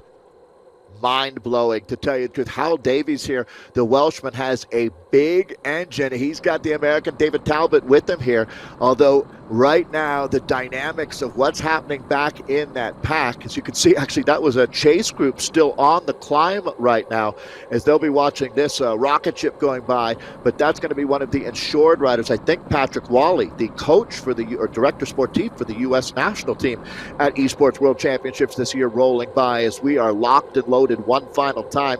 This is not a drill. Big time bike racing is back and in full effect, as this is race 6 of an 8-race season, and this is do or die. To tell you the truth, Matt, if you're PO out of Ceramic Speed, you got to make your move on Canyon this week, or else you're going to run out of real estate. No doubt about it. So watch out. There's going to be an incredible dynamic in this finale. These teams are really ready to fight for this one.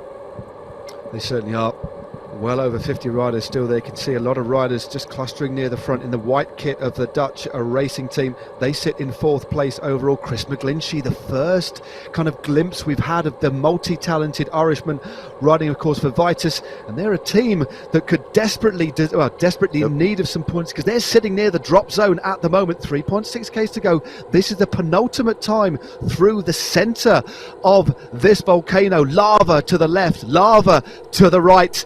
And very soon, taking them the way back into, there's the daylight once more. Yep, we're getting a picture of that rotating washing machine effect at the front of the group. And riders now thinking, what can we do? Will there be a little lead-out train coming into the final? There's another little bit of a nasty kick up now.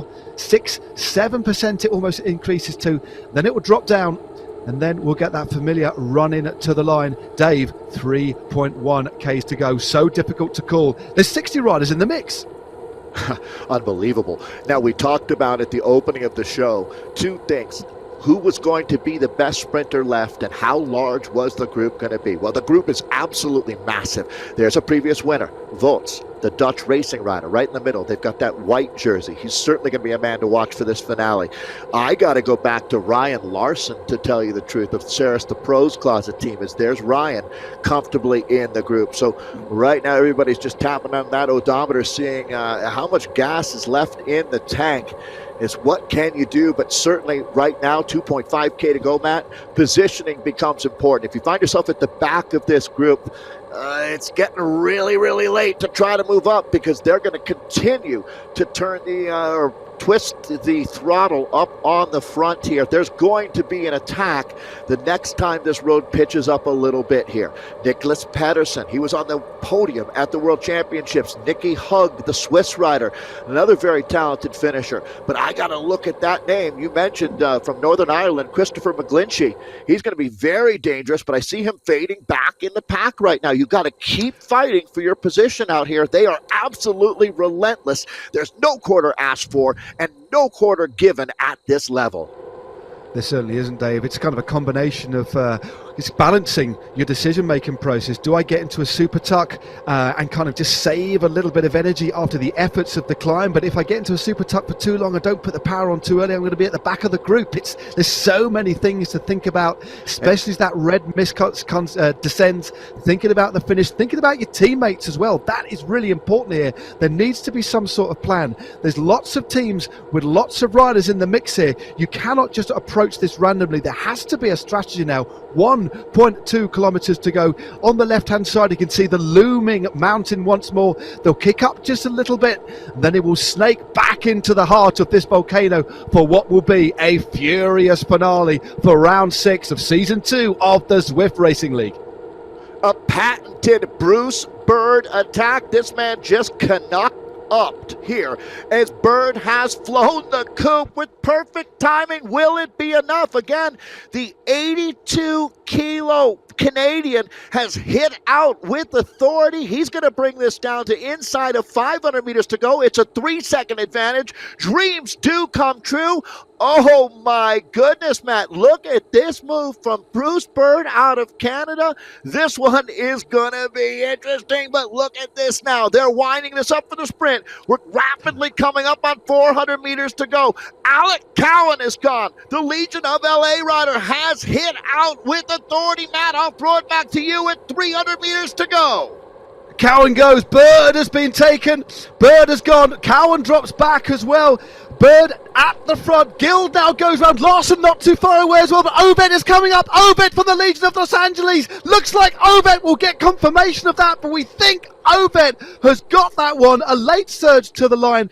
Perfect use of a power-up. And yes, indeed, Freddie Obed is the first rider in season 2 to take 2 rounds of this series. Obed, it looks like, takes it from Ollie Jones. Ryan Larson in third. What an absolutely sensational finale. That was breathless stuff, Dave, after that late attack by Bird, who, as you said, flew the coop.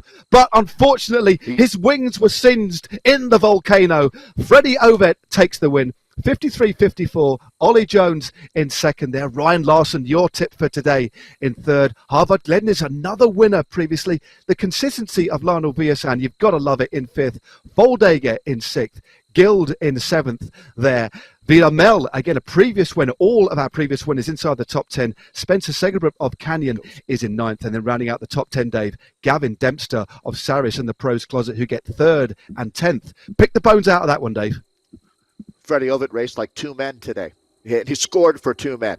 He picks up 15 points by himself at the bonus sprints. That's the maximum any one rider could earn. He got a little bit of help from Cowan today. He picks up 40 points at the finale. We'll look at the top 30 riders and add all of those points, but Freddie Ovett was a superstar out there today. As a matter of fact, that, Matt, was the command performance of season 2, winning every bonus sprint and the finale. You don't do better than that. That man is earning his money. He's worth his weight in Australian gold. How about that? 2 riders from down under as Ollie Jones takes the silver, and then the American Ryan Larson comes through. That was an outstanding ride from Larson. This is why e-racing is on fire right now. What a finale we witnessed, Matt. I mean, I've still got goosebumps right now. To all of these gladiators out there, what a show. The men and women of Zwift absolutely loving it. We've got 2 races left in this season, but I tell you, the big winners today were Canyon, to tell you the truth. They slip a bullet today. They certainly were. We should be getting some point standings. So just going to flick back there to the overall situation tonight, where it's Canyon Esports, 111 points. Great riding there by Saris and the Pros Closet, 82. Dutch Racing, they got plenty of points today with third, equal with Legion of Los Angeles. And I look back down through the results, no other riders for Legion in the top 30. So as you said, Freddie Ovett essentially a one-man team tonight. Astonishing performance. I've never seen anything like it. 100%. Callas are in fifth with 54. PO Auto Ceramic Speed with 46. Vitus back to kind of their best solid performance by them with 37. Zwift Warriors consistent as ever, pretty much always in the top 10. The World of Elite Zwifters, Wes as they're colloquially known, in ninth place with 24. And then No Pins R3R e-racing team rounding out the top 10 with 15 points. And we do have the standings. Zwift headquarters have got out the digital abacus and they have worked out the situation at the top of the rankings. What is it going to be? We wait with bated breath for the tables to switch over as we see several riders still crossing the line there. And that's the situation. Well, look at that. Canyon Esports still at the top, as you'd expect there. That's their first win of an evening. So consistent. They get the first win in round 6. They lead now with a 113 points. Saris in second place with 104. PO Auto Ceramic Speed in fourth. Dutch move up into fourth. And Legion of Los Angeles are in fifth. Then we have Callas in sixth with 73, 72 for Zwift Warriors, eighth World of Elite Zwifters with 68 points. Vitus Esports move out of that kind of precarious drop zone into the top 10. They'll be happy with that with 56. And then Kirkmere drop a little bit down the rankings with 53 points, the top 10. What a race. We've got page 2 as well. Let's have a look at this. Is the where we're going to peer into the face of the drop zone. Okay, let's have a look. Bolt look pretty safe in 11th. Drafter there in 12th. 13th team Swedish Zwifters. Ensured they're dropping gradually down the rankings. They have 14. It's very close here. Finesse with 15. Uno X with 44 points. And then Restart, Turbo, No Pins and Aero. Well, Dave, they're the teams that they'll be a little bit worried. Only going to need to try and turn things around in the final 2 rounds. We're going to move straight over, Dave, to the women's standings because we had to quickly turn things around for the men. So this is the current situation for the women. Well, look at that. 6 from 6. Absolutely astonishing stuff. Canyon Esports in second with 109. I Race Like a Girl moved up into third, just ahead of 2023rd. 2024 in fourth. Cryo RDT are there in fifth. Ensured are sixth. Saris and the Pros Closet seventh. No Pins R3R in eighth, equal with Team Swedish Zwifters. And then the KISS Racing team round out the top 10 as we head into round 7. So, folks, absolutely breathless stuff all around. Let's bring Hannah back into the mix after watching the men's race. Dave, I need to recover a little bit. Let's throw to Hannah first, if you don't mind. Just let me get my breath back. But Hannah, your overall impressions of firstly the women's race and then the men's. Some great racing on a whole lot of lava. Fantastic racing there. Brilliant to see the racing from Beth McIver taking her second individual victory after taking Harrogate 2 weeks ago. So that was brilliant for Cryo RDT.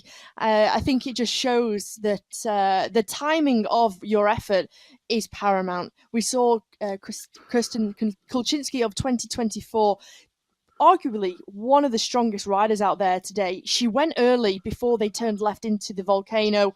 She used her power up early and she did have a little lead, wasn't able to hold on, and consequently 2024 have moved down into fourth overall in the standings. I Race Like a Girl have leapfrogged into third place, so positive things for them with only 2 rounds remaining in the Zwift Racing League.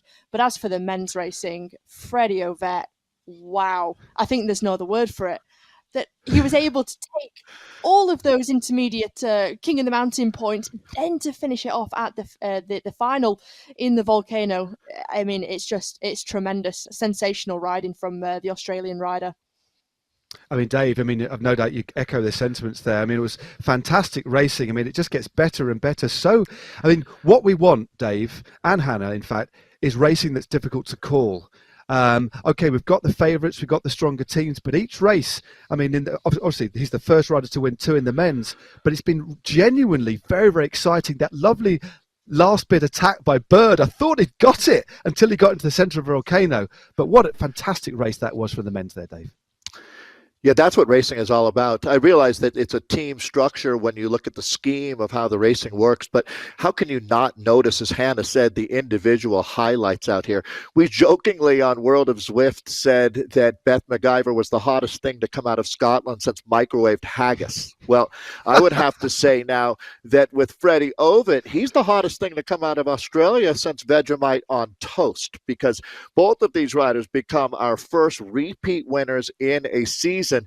And that's exceptional. I mean, when you think about how hard that is to do, and then again, Hannah, to dovetail, Freddie Ovid not only wins the race, but he wins every bonus sprint as well. That man's capacity is incredible. And I love the fact, Matt, that on Zwift with esports, we're identifying some of cycling's next stars. And this platform allows us to do that at an even greater level because of the accessibility around the world. Indeed. Well, thanks very much, Dave. I couldn't put it better myself. I mean, really well summed up. It's been great racing. The bar, again, has been set very, very high. Will we see another racer on Zwift be able to win all the bonus sprints and then the final sprint? I've never seen anything quite like it. But as you said, it really is a talent identifier, isn't it? I mean, that's what's so wonderful. I mean, thanks guys for joining me again. It's been absolutely fantastic. We still remember got 2 more races to go. We've also got the community racing as well, courtesy of the W2RL. The racing has already started, and you can watch that if you head over to Community Live, just below me, just there, or just to my left down there. Head over to there to watch some of the community racing as well. We've got World of Zwift hosted by OJ on Friday too. And of course, hop on and ride some of these courses. 2 more rounds next week. What do we have on the menu? Well, we're heading back to Richmond for the Libby Hill after party. That is going to be attritional. It's round number 7. It's all about the top 3 now, and it's all about the drop zone. Please join us next week. I cannot wait. Thanks again, Dave. Thanks again, Hannah. And all that leaves me to do is, from the centre of Watopia, in the furnace that is the volcano, stay safe, thanks, and goodbye.